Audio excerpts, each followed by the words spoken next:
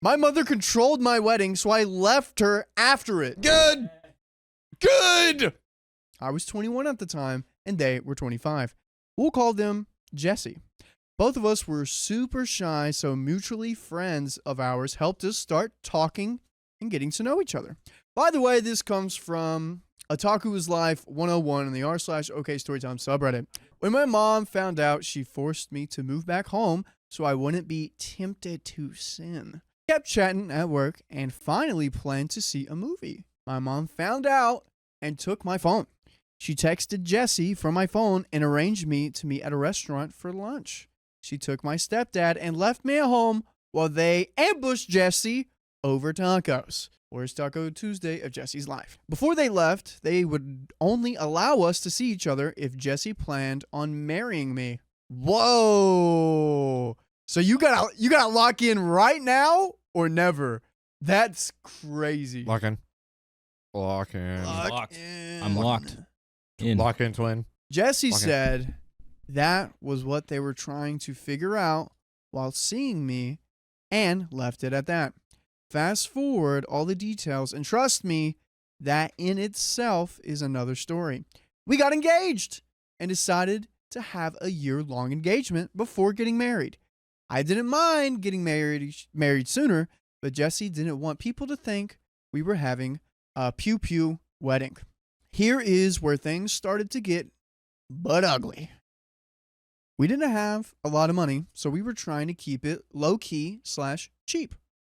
We booked a local church that Jesse went to as a kid and decided to do a potluck and make the invitations ourselves, which, dude, if I have my wedding in North Carolina, that is what I am doing.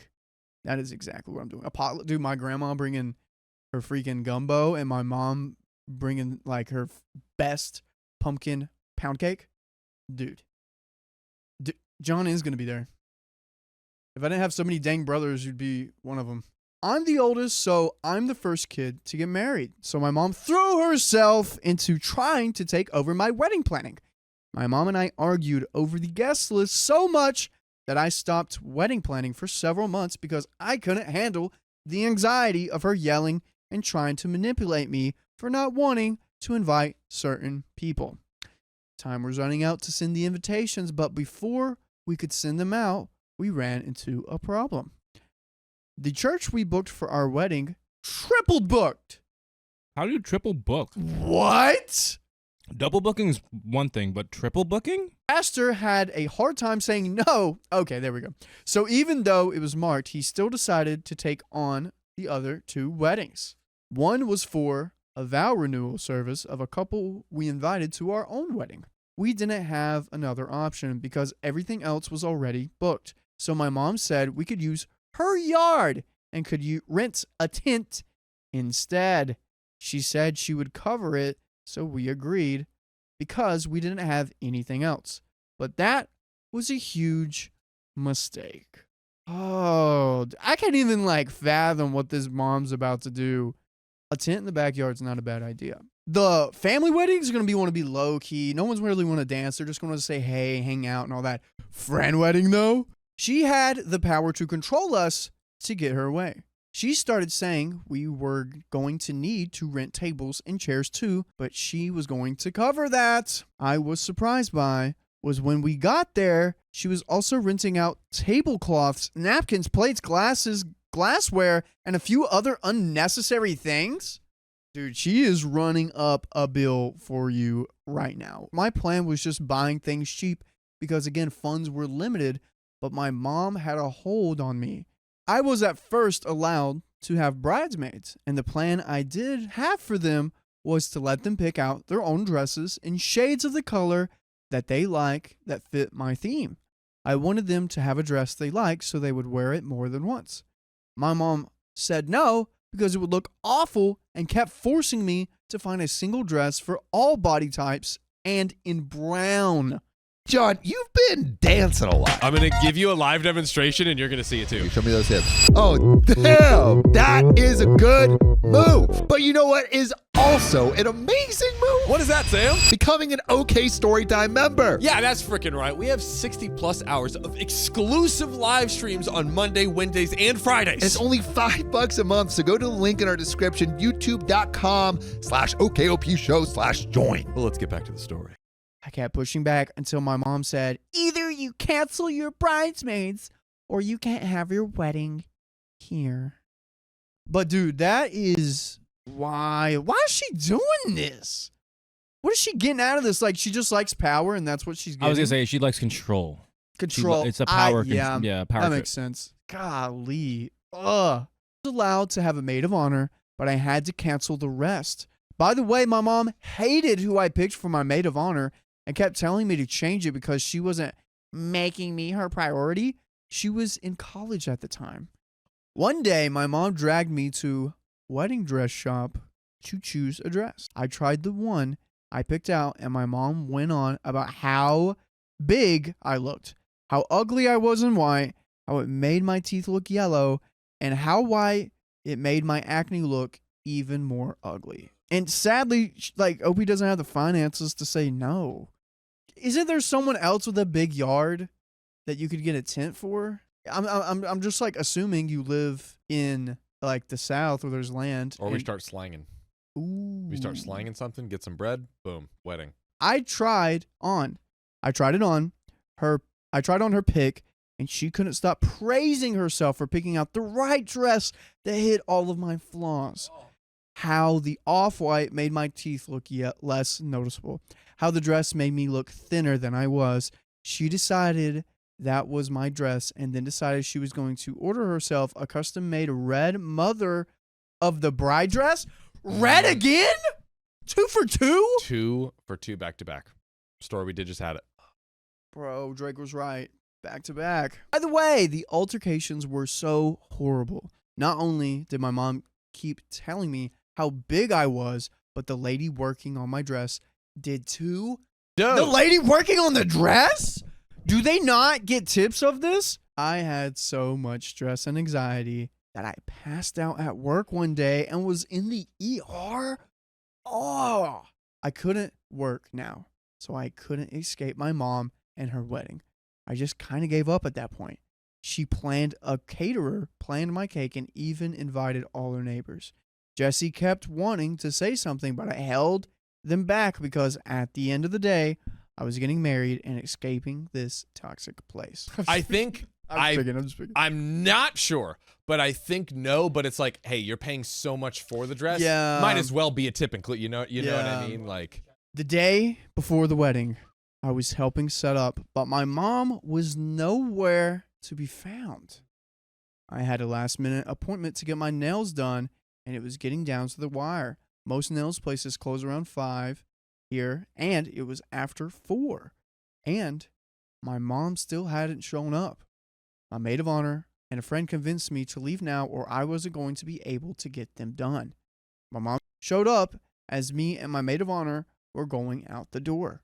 My mom was furious I was leaving to get my nails done and how selfish I was behaving by letting everyone else set up while I go get pampered. Even though she had gotten back after leaving at 8 a.m. that day with a friend for a day at a spa and getting her nails done while everyone else, she had some old ladies from her church helping her set up after she cried, saying I was being unreasonable and leaving it to her to do and decide. Set up after everyone else set up. My maid of honor told my mom, I can't talk to you when you are like this. When you act like an adult, we can talk then. She took my hand, dragging me away with my mom's jaw on the floor, sputtering. Yeah, I understand you're getting married to get away from this, and you'll be like, I'll be away from this toxic place, but not without a humiliating act being done first. Her mom's humiliating her. You look so fat, OB. You can't wear that. You have to do this and that. Like, girl. I was getting ready with my maid of honor and friend trying to figure out how to do my makeup. I was struggling because I don't know how to put it on, and due to my mom, I didn't know you could learn how to put makeup on with the help of the internet. When I was done, I realized that I hadn't seen my photographer around. Oh no, I see you. Like at all. Come to find out, she was with my mom taking the pictures of her getting ready. I didn't want my stepdad to walk me down the aisle, but again, I had no choice. As we were walking down, he stops, which surprised me. Then he proceeds to pray while we stand there with everyone looking at us. I had no idea. I was ready for the worst. Yeah. Holy. Praying? I was too shocked to do anything. I had to marry Jesse without too much after that.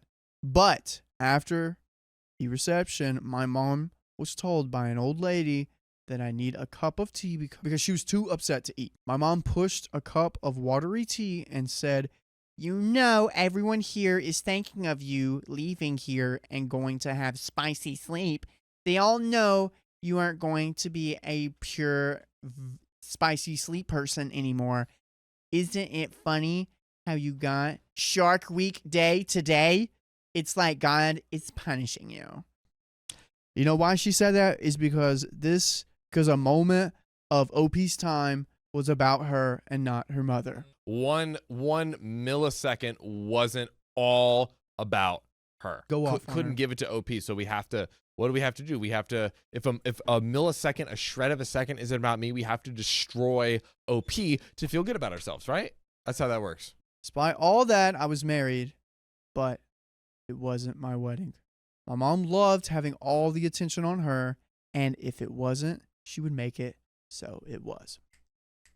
But if you want more attention for your faces and ear holds, please go to your favorite podcast platforms. And what are those, John? Spotify, Apple Podcasts, or insert favorite pod app here. And when you go there, search what, John? Okay, story time. And what will they receive? Okay, story time. A plethora of... Dude, you were right. We just need to get her out of, like, this is a low contact scenario of, like, listen. Low contact. Unless, well, here, to clarify, unless you are being wheeled into the ER, I don't want to hear about it. My poor partner got the monster mother-in-law while I gained incredible in-laws. They all told me that when my mom walked down the aisle, they couldn't believe the dress she was wearing. It was a casual outside wedding, but she was dressed like it was 5-star resort wedding. They knew from that dress what kind of person she is and refused to have any kind of communication with her.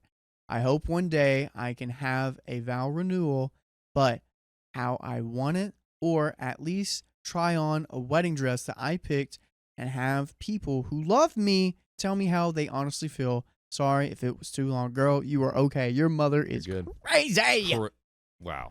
I mean, look, we see a lot of crazy moms, a lot of crazy Karen moms. My own family ruined my wedding because they wouldn't stop fighting each other. We know how to settle this and smash. This is not asking for advice or if I'm the a-hole. I know I'm not, and we didn't deserve our day that we spent thousands of dollars to create to be ruined by a bunch of wasted a-holes. My husband, male 26, and I, female 26, got married in 2022 after meeting and creating a life together since 2015. If you do some quick math, we were 17 years old. By the way, this comes from user DemsDeBreaks on the r/OKStorytime subreddit. Anyway, our wedding day was disappointing and reflective of a possible World War III. Firstly, it rained the entire day. We were supposed to get married outside in front of this gorgeous river backdrop, but instead the venue created an undercover area so everyone could be dry for the ceremony. Luckily, our venue was crafty in their wet option. Top tip, have a well-crafted wet option, haha. Honestly, the rain was the least of our worries by the time we got to the end of the night. But first, let me backtrack to just list a few things that also happened alongside WW3 and the rain. We're calling it's that bad? We're calling it that catastrophic? Maybe this is just a misspelling of WWE. I'd spent the previous week with my bridesmaid and her now ex-partner who were fighting the entire time. meaning the week leading to my wedding was full of anxiety for me. My second cousin, who was the MC for the wedding, ran over my great aunt's foot with her car twice. Not once, but twice. My aunt, the trooper, still turned up in her moon boot with a few tears and lots of pain. My cousin's partner had a car accident on the way to the wedding. He's fine. He was driven into when reversing out of their own driveway, but I guess the pull of free food and booze stops no one. 4 of our guests couldn't make it because it was currently flooding all over the countryside of Australia. Sorry, should have mentioned, we're Aussie. During the reception, a girlfriend of middle cousin, he will be introduced later,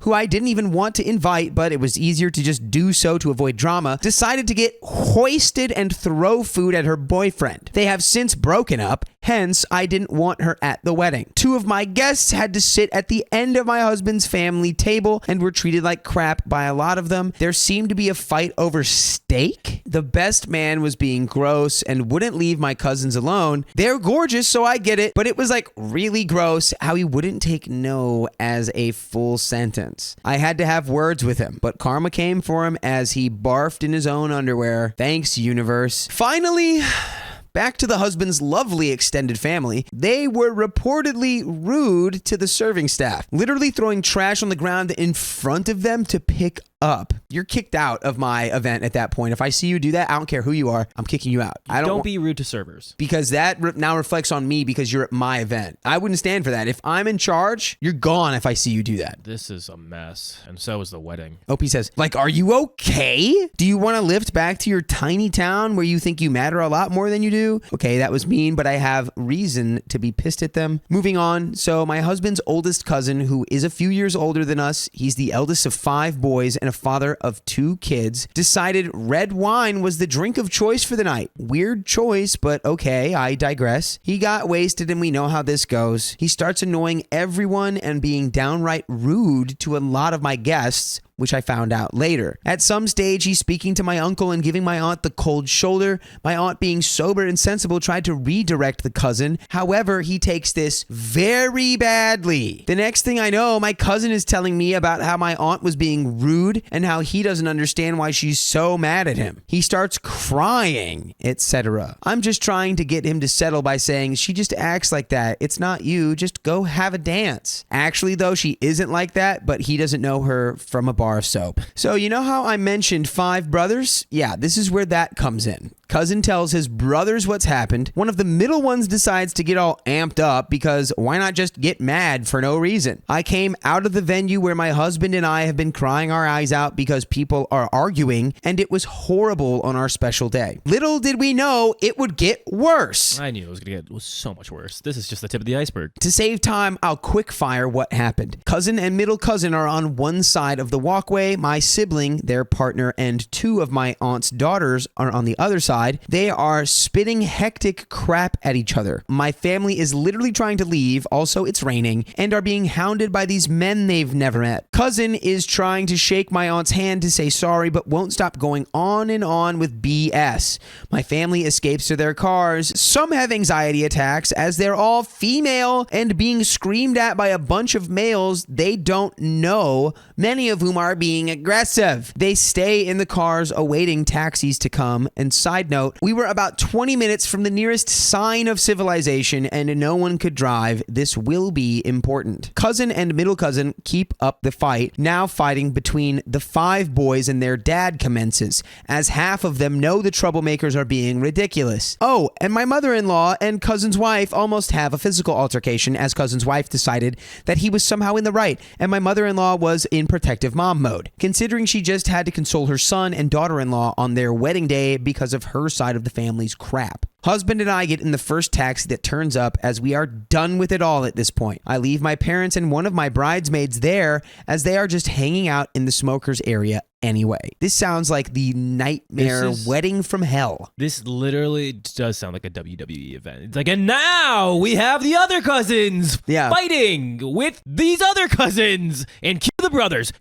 the brothers, go. And the cage begins to descend from the roof of the church. And cue the wild animals now. Hubby and I get back to the hotel. I get out of my soaked dress and throw it in the bath. Top tip, if it rains and your dress is soaked, bathtubs are a great storage place. I spend hours on my phone trying to get a taxi or Uber to the venue to pick up my parents and bridesmaid, as I know they're all country folk and don't really know how this works. But the reason taxis were so difficult is because the 5 boy cousins and their father get into a physical altercation between them. Of course, one of them hits another in the head while a taxi is driving down the road, so the venue was blacklisted. No taxis were allowed to go there. In this part of the world, Ubers are hard to get, but I eventually got one for my parents and bridesmaid to get them home. Well, the next day, I'm having to apologize to my family as I feel terrible that they were all legitimately threatened with violence. They are all understanding and telling me that it wasn't on me, but to this day, I still feel so bad about it all. Hubby and I go to the resort his family are at. His parents apologize to us and ask us to pass that to my family. But we have not heard a thing since that night from the cousins who did these deeds. He actually blocked all of us on Facebook. His parents never apologized, like my mother-in-law's sister never came over to the next villa and said, "Hey sis, that was messed up and I'm sorry." Nothing. We heard from middle cousin via a message on Facebook, but nothing more. At this point in 2024, my mother-in-law's entire family has imploded. I feel for her and her kids. I really do. Late last year, we had a family event for a mutual cousin's 18th, mother-in-law's brother's kids, and I was sitting with my mother-in-law's sister's husband, and middle cousin, he's back, alongside grandmother. They started talking crap about my mother-in-law. Now, to premise, I have built a good relationship with my in-laws in the last few years, so I am protective. I decided this absolutely wasn't happening, so I had my say. I have only one thing to say, which is that y'all should join us every weekday at 3 p.m. PST when we go live on YouTube, Facebook, TikTok, and Twitch. All you gotta do is tap our profile on any one of those platforms and you're live. Easy. I would say you can just never interact with these cousins ever again for the rest of your life. It's very plain and simple. I'm sorry that your wedding happened, but again,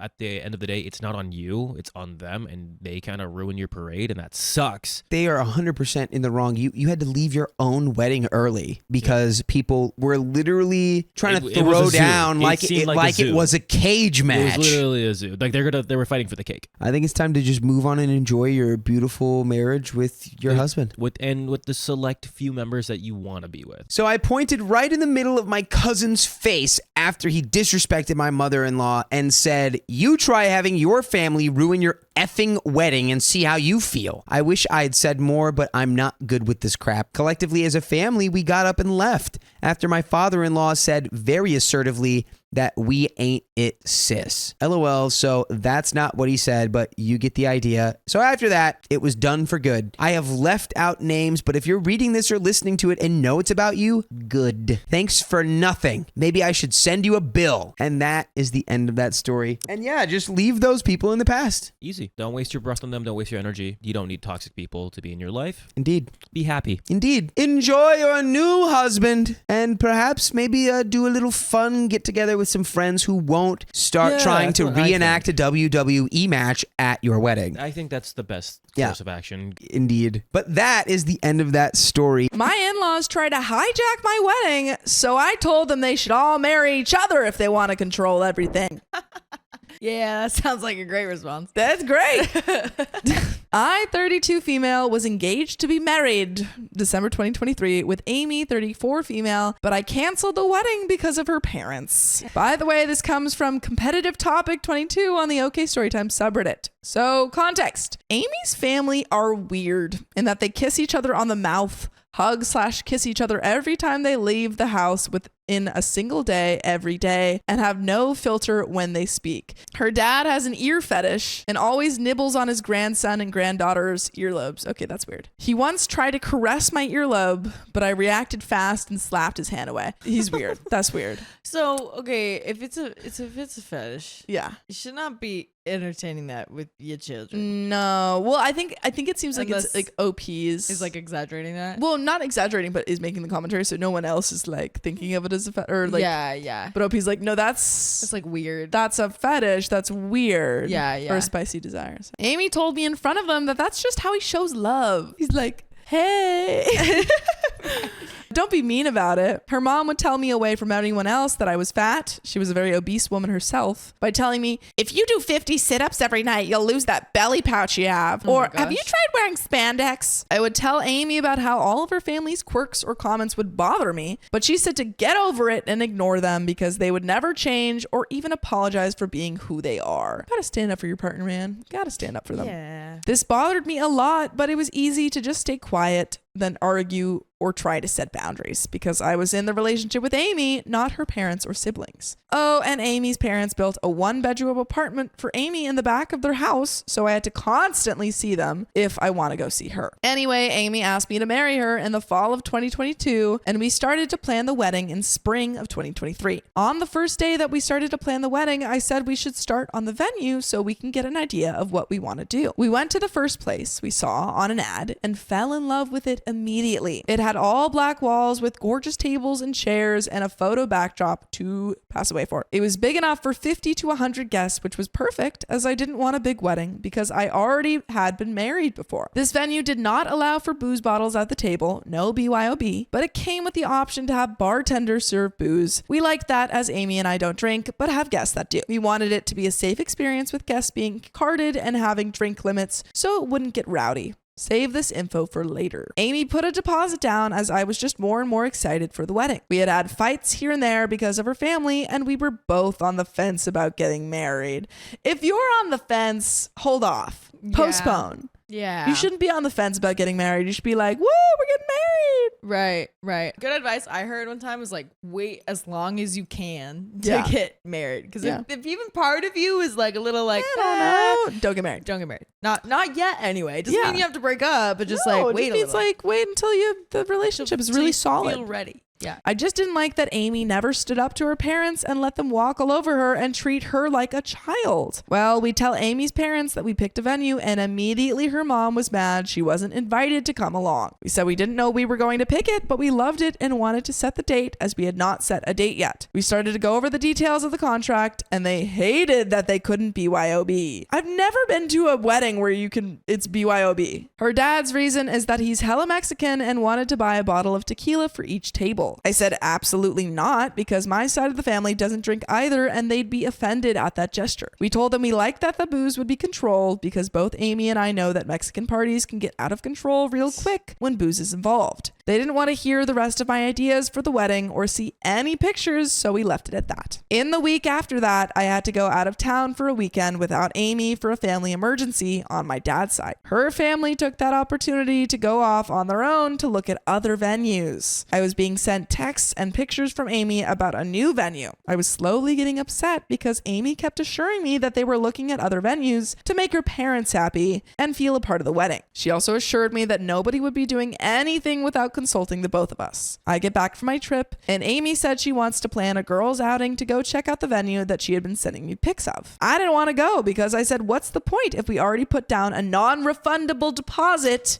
to the venue we both chose? Again, Amy said it's just to make her parents happy. When we arrived, the outside looked so bad already and behind it was a Home Depot. Stop it. Not looking good from the start. What if we got married by the Home Depot? What if we got married outside the Denny's parking lot? Yeah.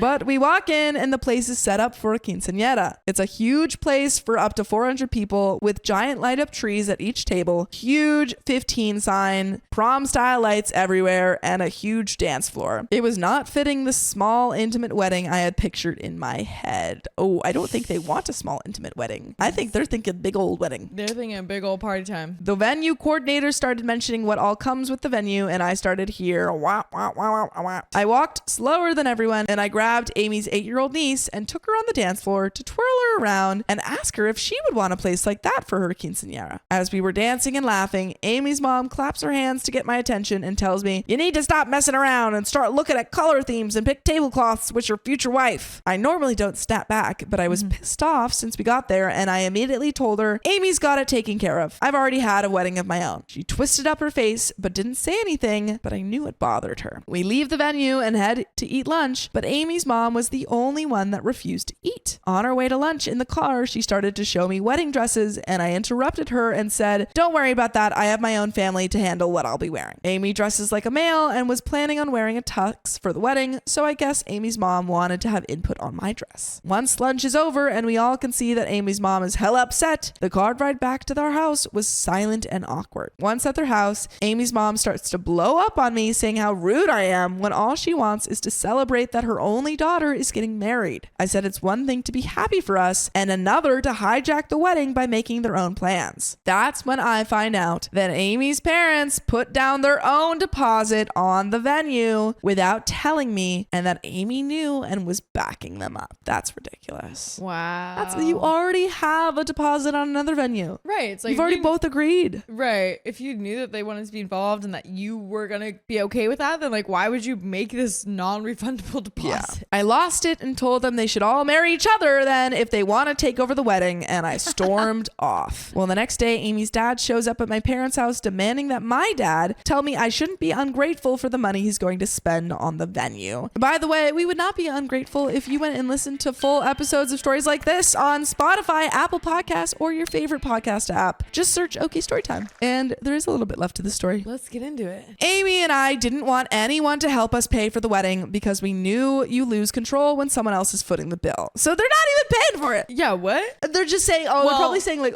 we paid for the deposit that they didn't want. Yeah. Like I think maybe OP is saying like, originally we didn't want this because of this problem. Yeah. But here we are. I lost it then and there and canceled the whole thing. Wow. I had a long talk with Amy about the future and how I was worried that my life would be controlled by her parents all the time. She said, "How did I not think I was not only marrying her, but marrying her whole family?" I said, "Heck no. If I had known that, I never would have said yes in the first place." So we broke off the engagement and the relationship of 2 years. Dang. And there are some comments, but before, do you have any final comments of your own? That's just so sad. It is sad. But also, like, I really wonder, like, because if they're already kind of unsure about getting married, like, I really wonder how strong the relationship was before this point. Like, if, like, this seems like a problem. Yeah. Mm-hmm. Like, like having the parents too involved, like, that's an issue. But if it's enough of an issue to, like, call off the wedding, then, like, I don't think it was. Know, man. Well, I think also the problem here is that it's not like,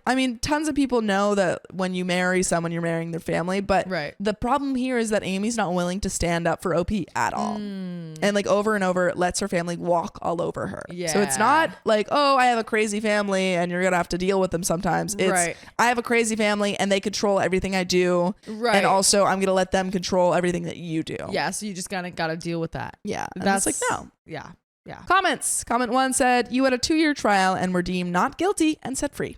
Go forth and live your life." Comment 2 says, "What a horror story. I'm sorry this happened, but it's better to run now than later get divorced." True. Not only did your ex-fiance lie, she completely undermined what you had envisioned. You discussed what you wanted with her. If she was opposed to it, she should have said something then. You don't need a complete pushover that goes through life without their own thoughts and feelings. Comment 3 says, "It wasn't because of your in-laws. It was because of Amy. She didn't ever back you up. You ran right through all of those red flags she was waving like a bull in a bullfight." And that is the end of that story. Wow. But final thought on this is just, you don't really know someone until like around the 2-year mark. So yeah, honestly, you think you know someone like way sooner, but like it takes a few years. It takes at least 2 years to get to know someone actually. Yes. So. But that is the end of that story. My sister-in-law stole my wedding plans, so I ruined her first dance song. Nice. Sweet revenge. An eye for an eye. I, female 26, never really got along with my sister-in-law, Elise, 24.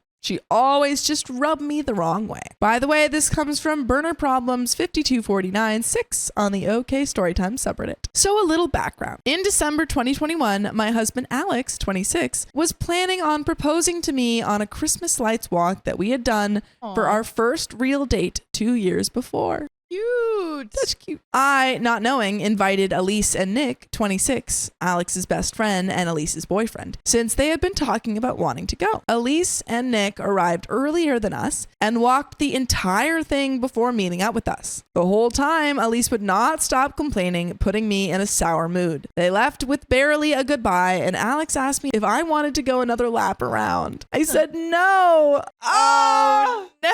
She's ruined the plans. All his plans. And I looked out the window and cried the entire way home, wishing I had never invited Elise to join us. Nick then proposed to Elise on Christmas Day just a few weeks later. Alex then proposed to me in our living room in May, since he wanted to give his sister a few months of being engaged and having a spotlight before proposing to me. So here's the story. So after we were both engaged, Elise and I were talking about wedding plans, and I decided to try and put my dislike for her aside and try to like her as she was going to be my family. She asked about my preferred wedding date, planned wedding colors, what songs I was thinking of for our first dance, and so on. She said that she had no idea what she wanted to do. I told her that I had been thinking of doing an autumn wedding with a date that would be easy to remember. I knew I wanted to use burgundy, my favorite color, and roses, my favorite flower. I told her at the time that I had a few contenders for the first dance song. I wanted it to be from the 1950s. I told her my dream date was 9/22/22 and that I was thinking about going south to get married because most of my family lived further south and I would rather that they didn't have to drive the entire way.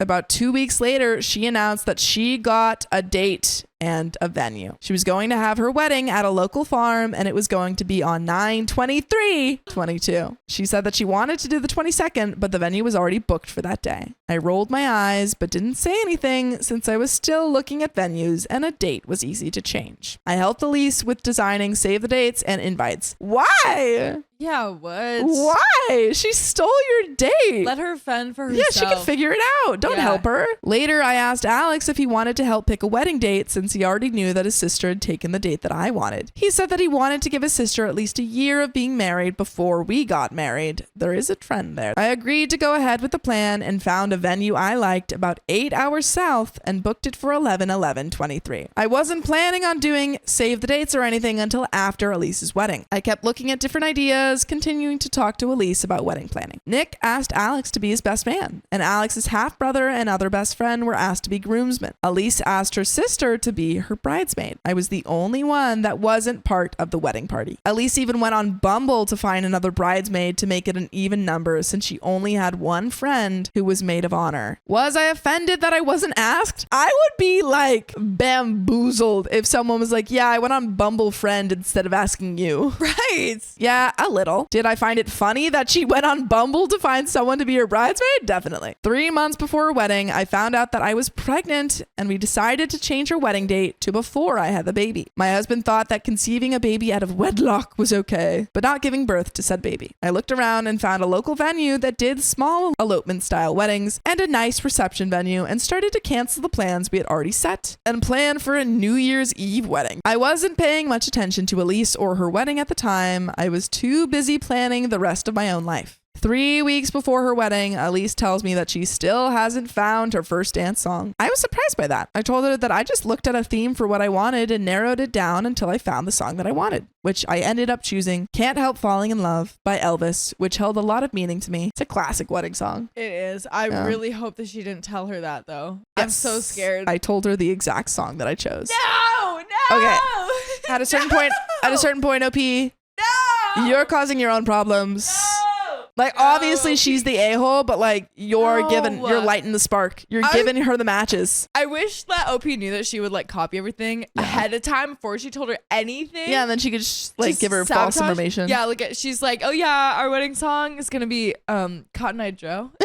So we just really love that song. And then you see them at their wedding, they're like, you know what? That's kind of a fire wedding, though. Listen, I should play at the wedding at some point. Yeah. Hype up the crowd. Yeah. Everyone could do a little silly like do-si-doing. I want to have a full-on like swing dancing at my Dude, me too. Wedding. I would like a band, like having a live band. Yes. That would be so like, I love a DJ because they could do like anything. Yeah. But also like Live having like a live band. like swing band. Oh my would God, be I want a so live swing fun. band. I just want to do so much swing dancing because Yes. I always do it at parties. My Yeah, favorite it's thing. the easiest go-to. It's the easiest go-to. It's beautiful. Yeah.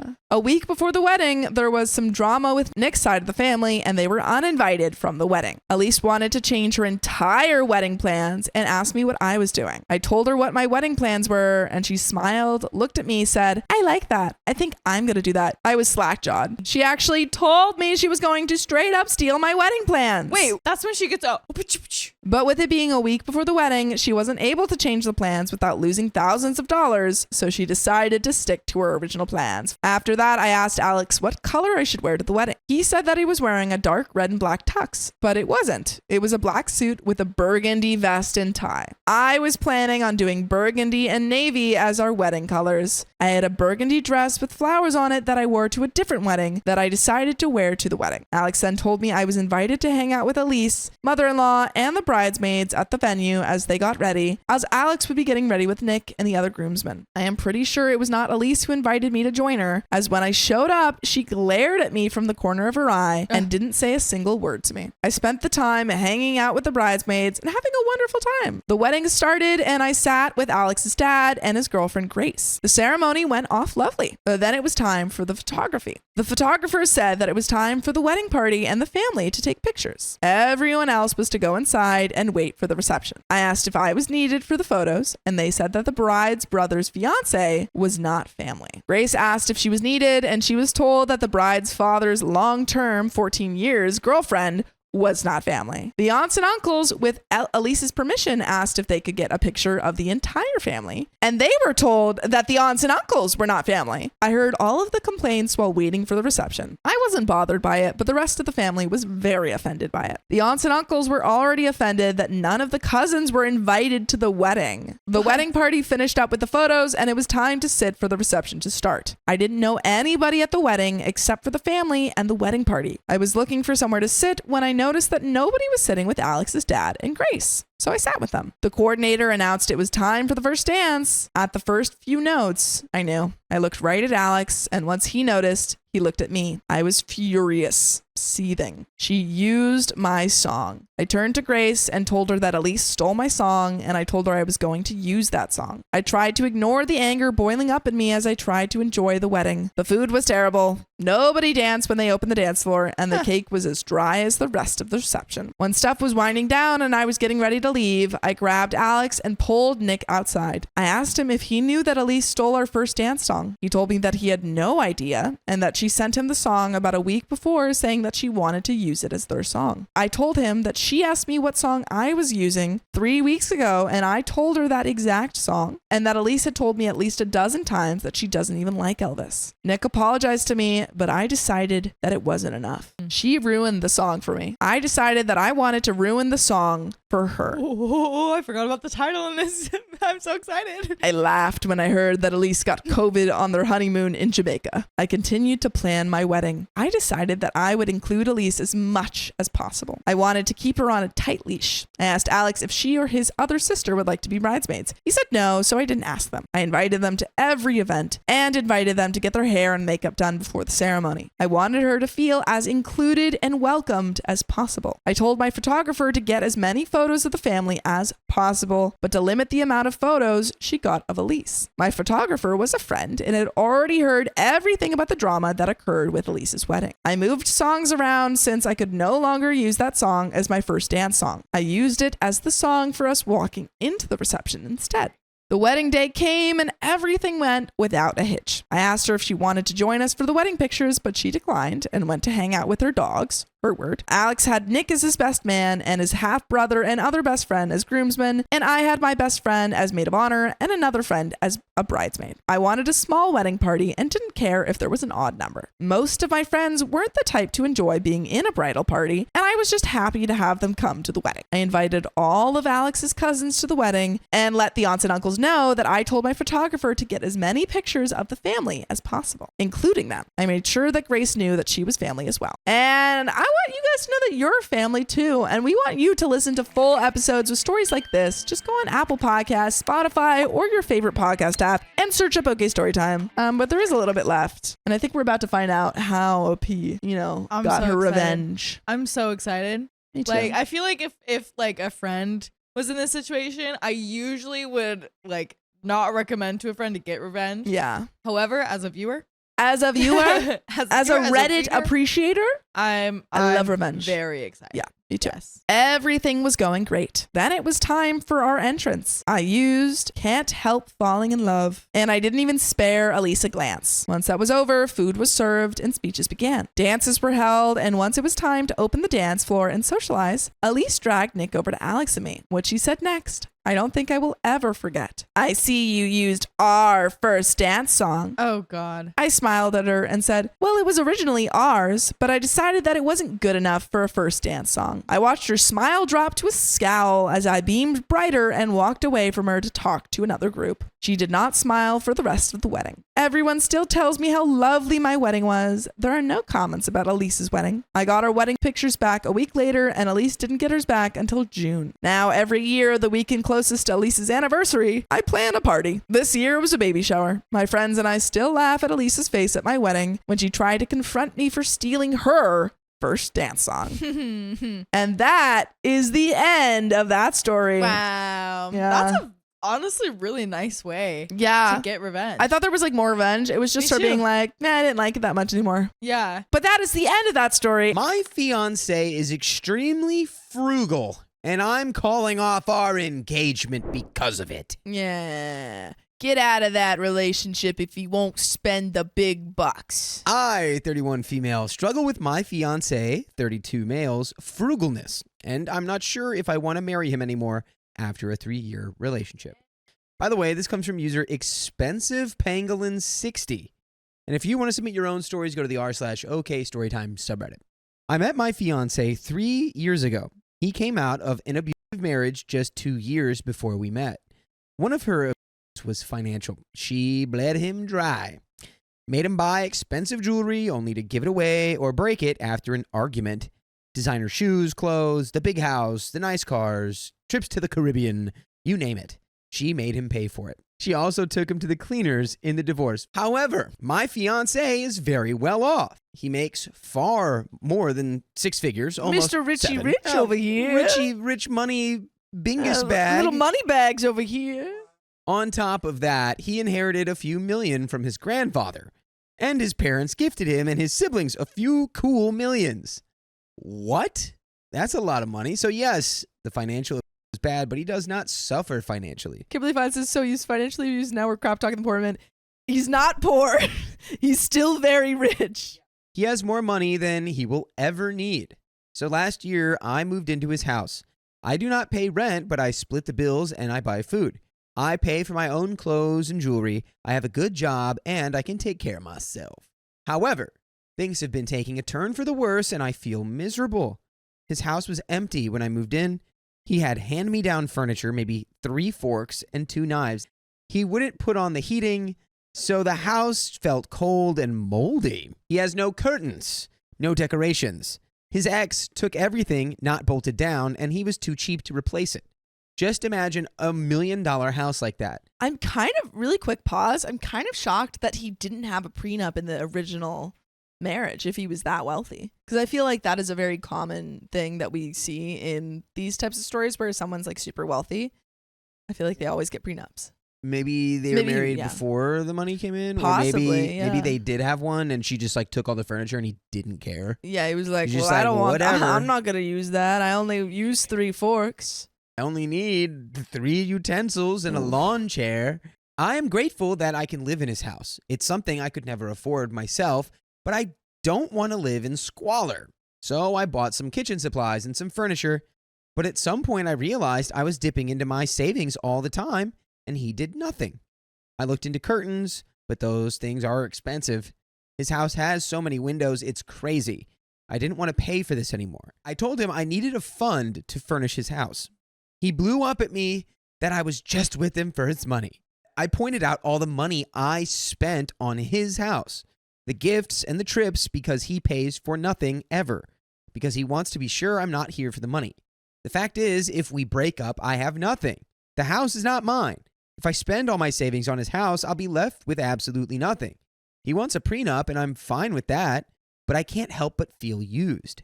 Next to that, I am jealous of his ex-wife. I feel like she got treated, and now I'm neglected. He proposed to his ex on a cruise with a $10,000 white gold diamond ring.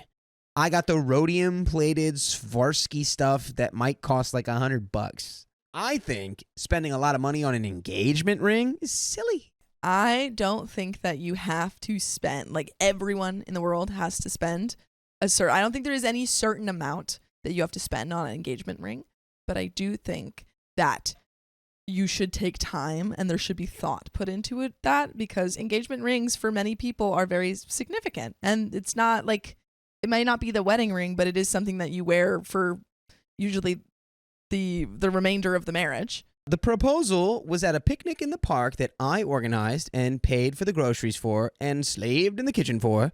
I almost said no out of pure disappointment. However, I'm afraid to bring it up and to be called a gold digger. I don't want to be funding a millionaire's lifestyle. He loves everything as long as I pay for it. As soon as he has to pay, it's frivolous and unnecessary. I can live like a poor person by myself. At least the fact that there are literal millions lying around doesn't hang over me to bum me out. And I would just be paying for my own lifestyle. Would I be the a-hole for calling off a wedding purely for financial reasons? Because I love this man, but I imagine our cheap wedding in contrast to his ex's extravaganza. Will our future kids be able to have some luxuries, or only if I pay for it?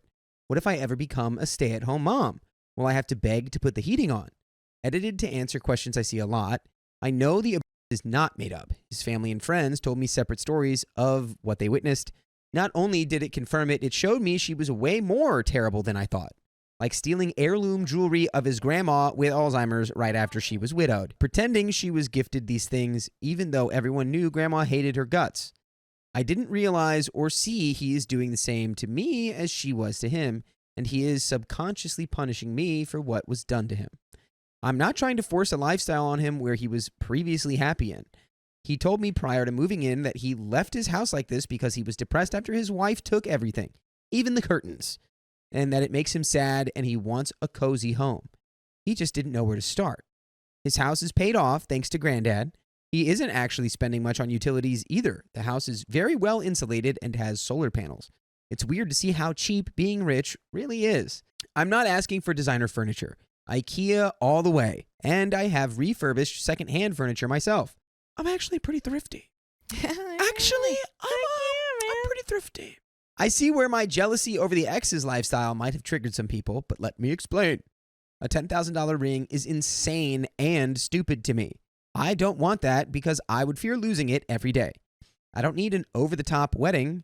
However, it almost feels like for her, he did put in the effort, and he wanted to give her what made her happy.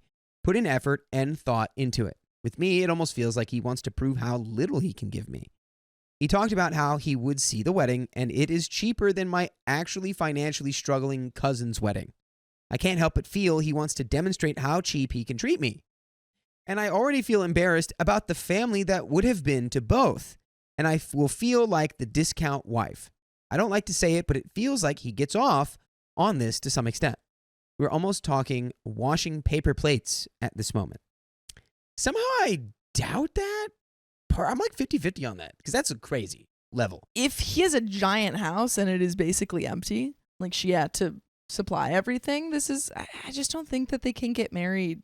That doesn't mean they have to break up, but I think he absolutely has to go to therapy. Stop buying the furniture in the house. Stop buying things for this house. That's not your house. I think you just say hey, I bought a lot of furniture. If we want to go half on this, I'm fine with that. But right now, this is my furniture. And if I move out, this would be my furniture because I paid for it. Yes, I did discuss selling the mansion I really don't need and moving to a more modest house, especially knowing this is a house his ex picked. He doesn't want to do that. He loves this house.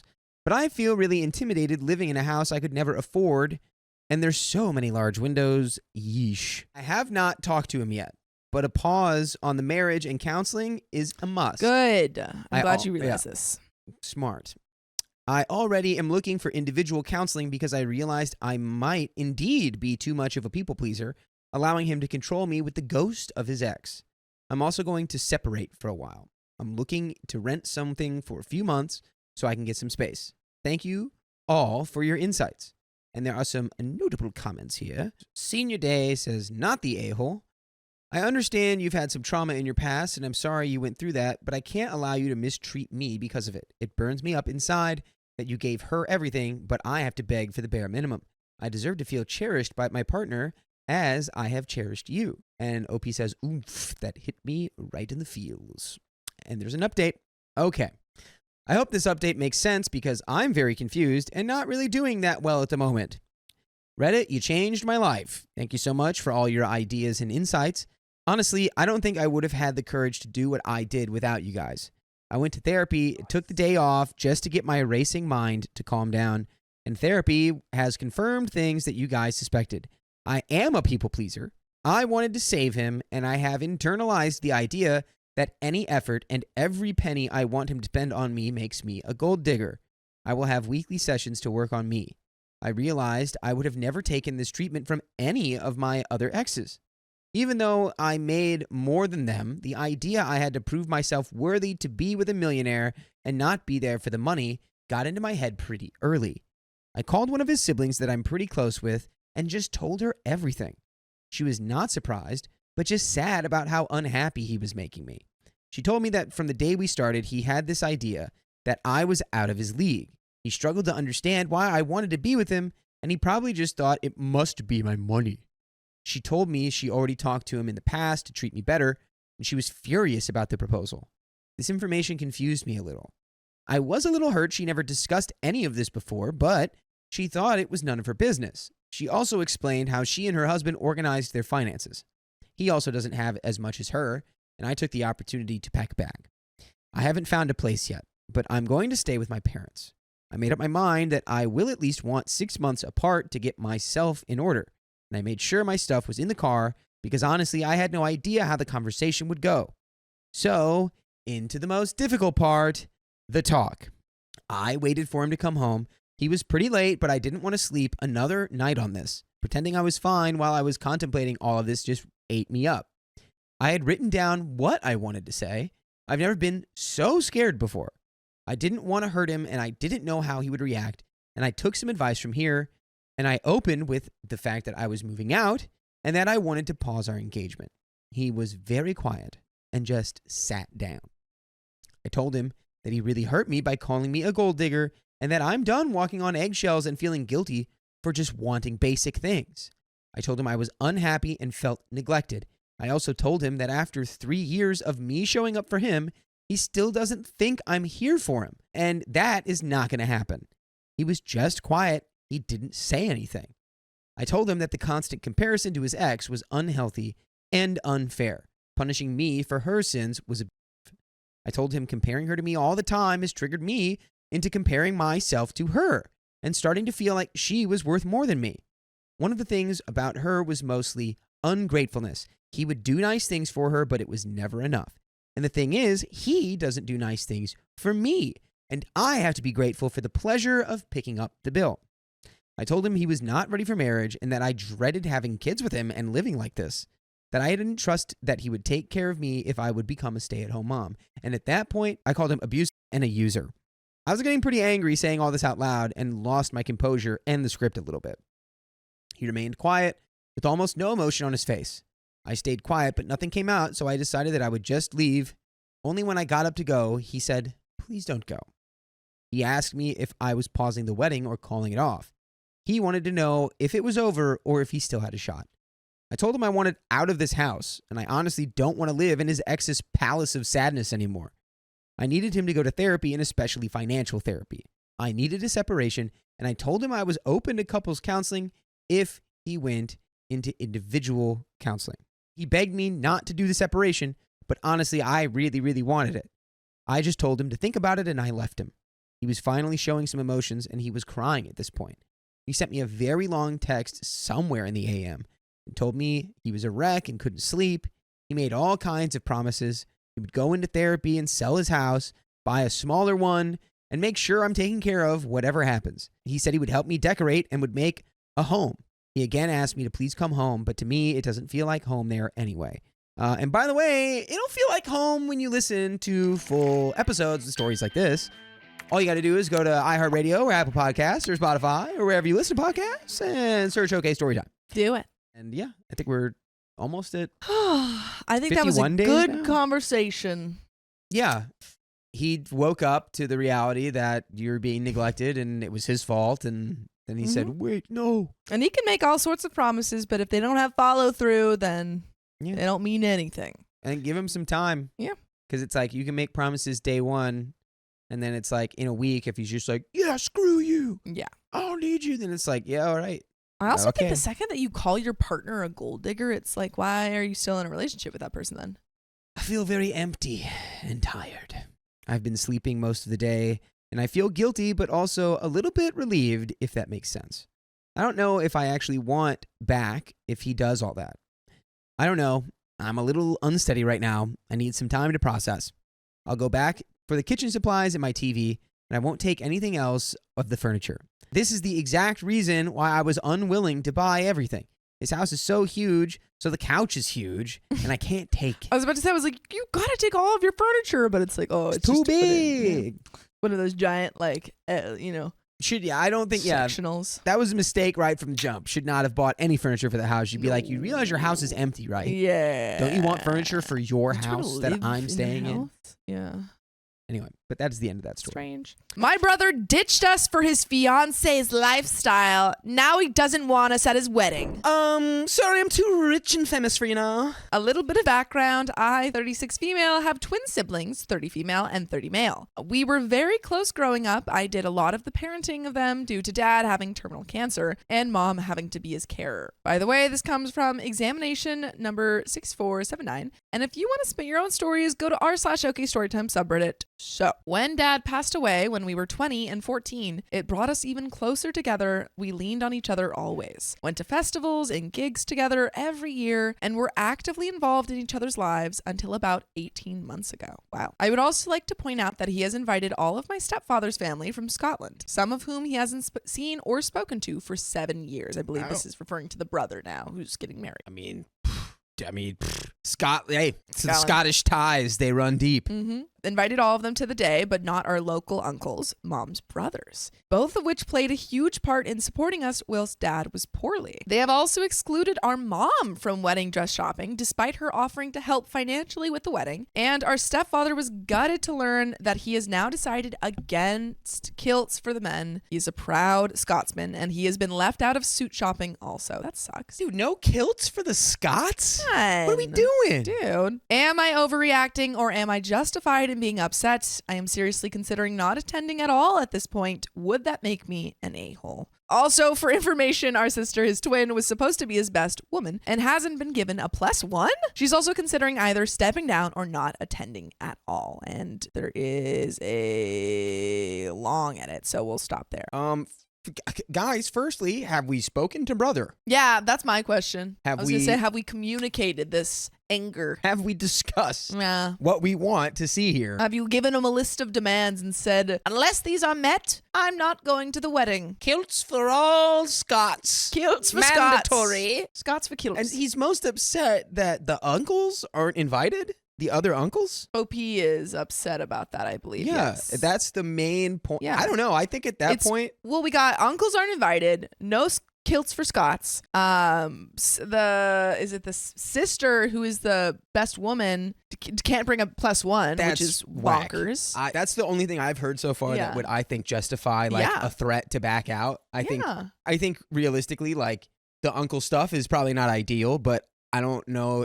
I think you pulling out of the wedding would just make everything a bigger deal. But there is an edit. My sister is recovering from an ED and has worked hard to recover. Dee has told her that she has to wear the same dress as the maid of honor, and the maid of honor is choosing the dress. The maid of honor is a very different body type to A, and is A, I guess, the sister? Let's call her Alyssa. Yeah, okay. And an ill-fitting dress, which she would have to pay for, would set her back months, if not a year, in recovery. This is another reason she is thinking of stepping down. Would I be the a-hole and edit to add information? IED, I mean eating disorder, not erectile dysfunction. She has struggled with this since she was around 5. Wow. But thanks to our amazing NHS and incompetent GP, we were told children cannot get eating disorders. So she was only diagnosed officially around 2 years ago. She has worked amazingly hard to get to a better place, but this is a lifelong struggle, and we all try very hard to help her stay healthy. Or I thought we all did. She's amazing, and I am her biggest cheerleader, and that's why it hurts so much that not everyone has her health in mind. This is my brother's first relationship. I don't know if this explains more about his thinking and unwillingness to voice his own opinions and personality. I'm unsure if he is worried about losing what took him so long to find. My mom is a hard one to explain. There's always been an element of favoritism for the only boy. My sister and I grew up in the knowledge that our brother was the golden child and could do no wrong. I feel my mom is grieving for the relationship she once had with D. And let's call him Daniel. Myself and my sister have always had a difficult relationship with her. She loves us, and we know she does, but there is always a little bit of woe is me, I can't do anything right, when we try to speak to her about how we feel. Yeah, I feel like that's a common thing for like Classic most moms. Yeah, I'm just a terrible mother. They know how to play that card. Yeah. They play it well. They play it a lot. She seems to be stuck between a rock and a hard place. She wants to stand up for us girls and for what she feels is right, but also does not want to risk losing what little relationship she still has with my brother. Mom's brother is the other sad part of this. Earlier in 2024, he was diagnosed with a rare form of cancer that had spread rapidly through his body. He's already very weak and will almost certainly not make it to the wedding day. All 3 of us have a brilliant relationship with him. He took me to my first football match and sparked a lifelong love for my team, and we have all cried with my mom about this. I think she was hoping for at least a symbolic invite to the wedding, but that hasn't happened either.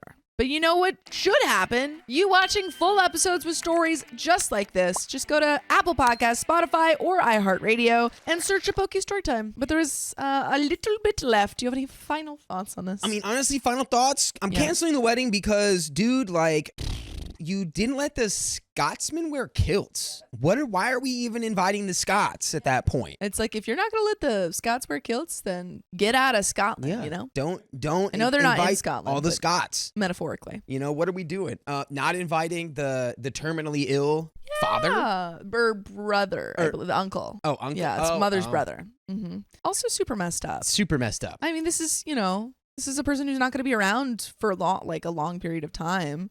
Even if he couldn't necessarily make it to the wedding, just as OP said, like, just having that symbolic invite of saying, like, we want you to be there, and we understand if your health does not permit you to, but yeah. It's just being invited to things that's nice sometimes, even if you know someone's busy. It's true, even if you don't go.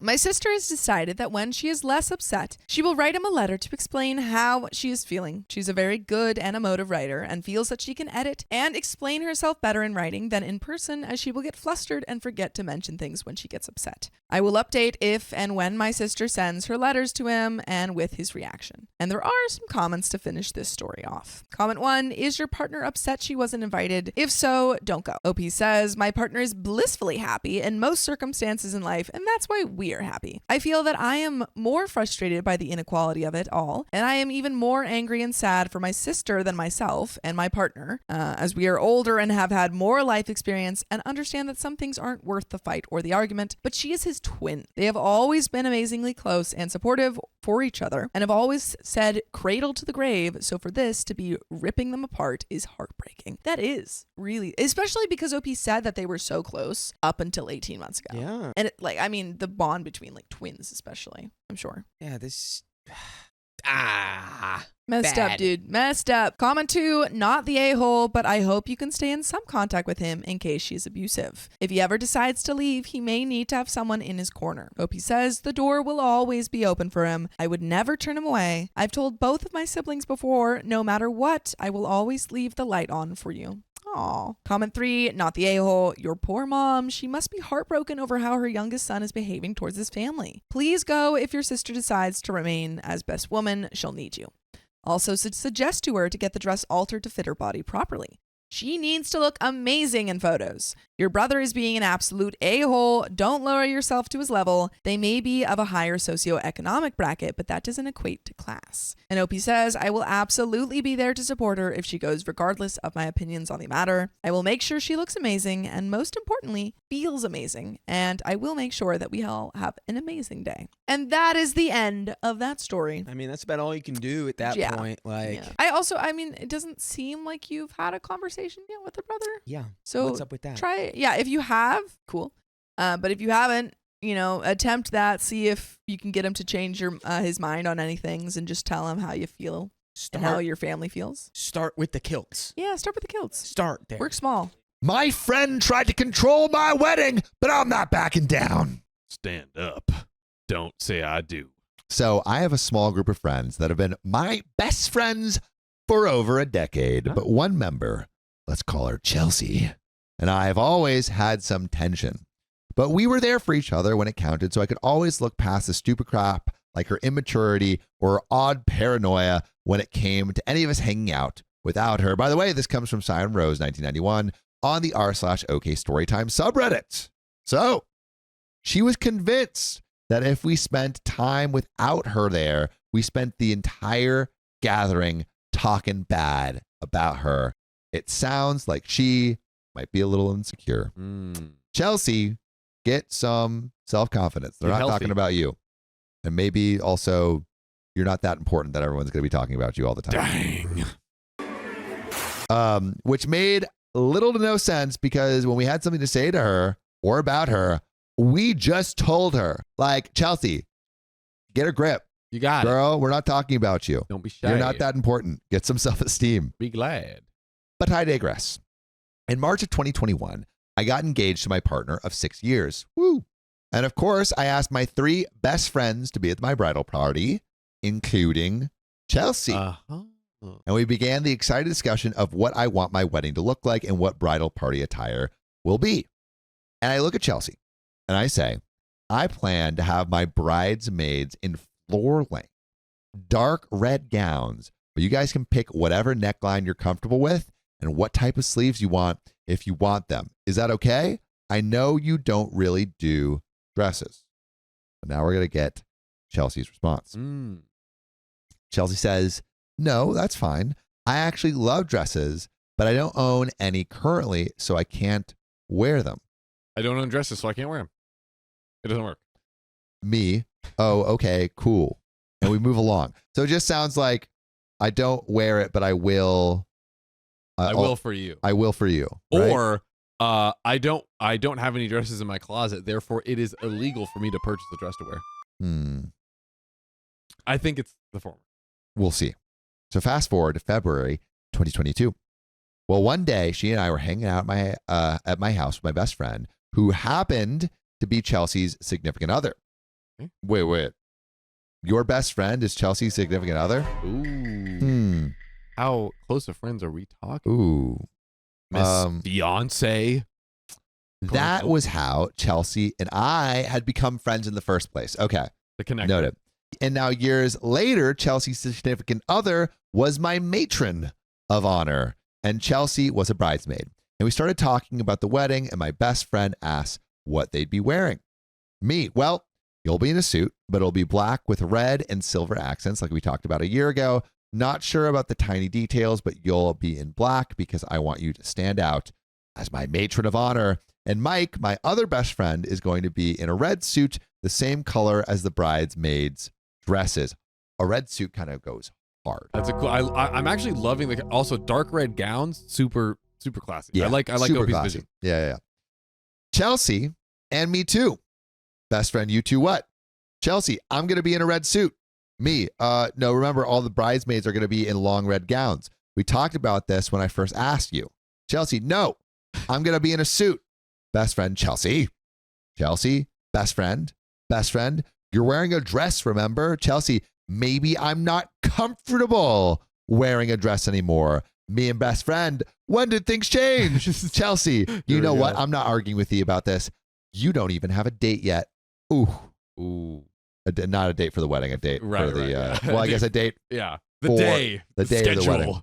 Me, that has nothing to do with this. I've said over and over I want my bridesmaids in long red gowns for over a year now. What the hell? Chelsea gets up and goes into my bathroom and stays there for 45 minutes, then comes out when it's time to leave. So later that night, I messaged Chelsea privately to talk this out with her. I told her that we had agreed on these gowns, and it's what I wanted on my wedding day. This started a huge argument where Chelsea told me that it was a double standard to let my best friend wear suits and not Chelsea. How it was hurtful that I'd force her to wear a dress when she hates them. And then she hit me with, so let me ask you this. If I was trans or mask presenting, would you force me to wear a dress then? Big question. Big question. Big question.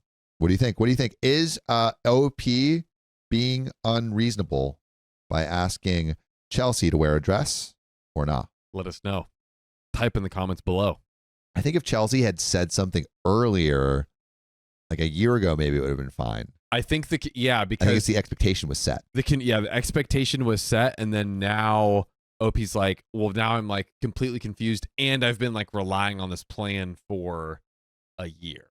Yeah. So do you think OP's the a-hole or Chelsea's the a-hole right now? I would say Chelsea is the a-hole, although ultimately I don't know if like OP can like force her to wear a dress, but I would say that Chelsea is the a-hole for, you know, not kind of like, it's okay if she changes her mind, but the way she's going about it, I feel like it's a completely wrong way. Yeah, I mean, I think like if I was the bride, if I was the bride, I don't know if I would, and I had a mixed set of people being like bridesmaids and groomsmen, kind of like on my side. I would allow some to wear red suits and then the others to wear red dresses. I think I would just want everyone looking good together. Yeah. So I don't know if I would care if like one of the women was wearing a suit or a dress as long as it like fit the color scheme. Yeah. I don't know if I would try to force someone into it, but also on the flip side, if I was told to wear a suit and I only have to wear a suit, then I think that I would be okay with that. And I think OP can maybe, I'm curious, this is the heat of the moment. What happens like after, you know, the dust settles? Yeah. I'm right as of right now, I'm feeling like everyone's an a-hole right here. But OP is less than an a-hole for forcing. Yeah. And I think Chelsea's more of an a-hole for like making this the whole thing. I'm curious, maybe I'm assuming that she won't ultimately like try to force her to do it. If she did, yeah, that would be me. Well, if you were trans or a mask presenting, I wouldn't have asked you to be a bridesmaid at all. Oof. If anything, I'd ask fiance if you could be a groomsman. And my logic for that was calling a trans man a bridesmaid would be disrespectful. At least that's how I feel personally. And for the record, we asked Chelsea if she was questioning her gender identity or if she was actually trans, and she told us a resounding no. She was solidly a cisgendered woman. Therefore, she was trying to use the struggles of trans people to make me think I was being horrible and guilt me into giving her her own way. She even got more angry that I would make an exception for that, but not for her, and that my asking her to wear a dress was the same thing as saying I hate Chick-fil-A's homophobic practices, but give them my money anyway because the chicken tastes good. To which I responded, I'm going to make the argument that they are nothing alike, and one is objectively worse because one is funding a company who wants to eradicate an entire community of people because of who they love, and the other is me saying, I would like you to wear a dress if you want to be in my bridal party, and if you refuse, that's okay, but you'll be a guest instead. I still want you there and in my photos and stuff. So, yeah. I will say I am, now that I see OP like continuing to stick to the guns, I'm like, and again, you know, people's weddings, you know, should basically be able to do what they want and everything. But I am also like, what's wrong with the suit? Like, it sounds like it's like you got a whole great vision for people who are in suits and dresses. So like, why not? I don't know. Yeah, I'm Yeah, I'm a little confused. I'm a little confused. Chelsea needs therapy. Yeah. I think also OP is pushing it a little bit hard. Yeah. So let's keep going. We went back and forth, and I continued to tell her that I am allowed to want what I want for my wedding, and there's nothing wrong with that. And then if she didn't want to abide by the dress code, then I understand, and that's okay. But that will mean she'll be a guest at my wedding.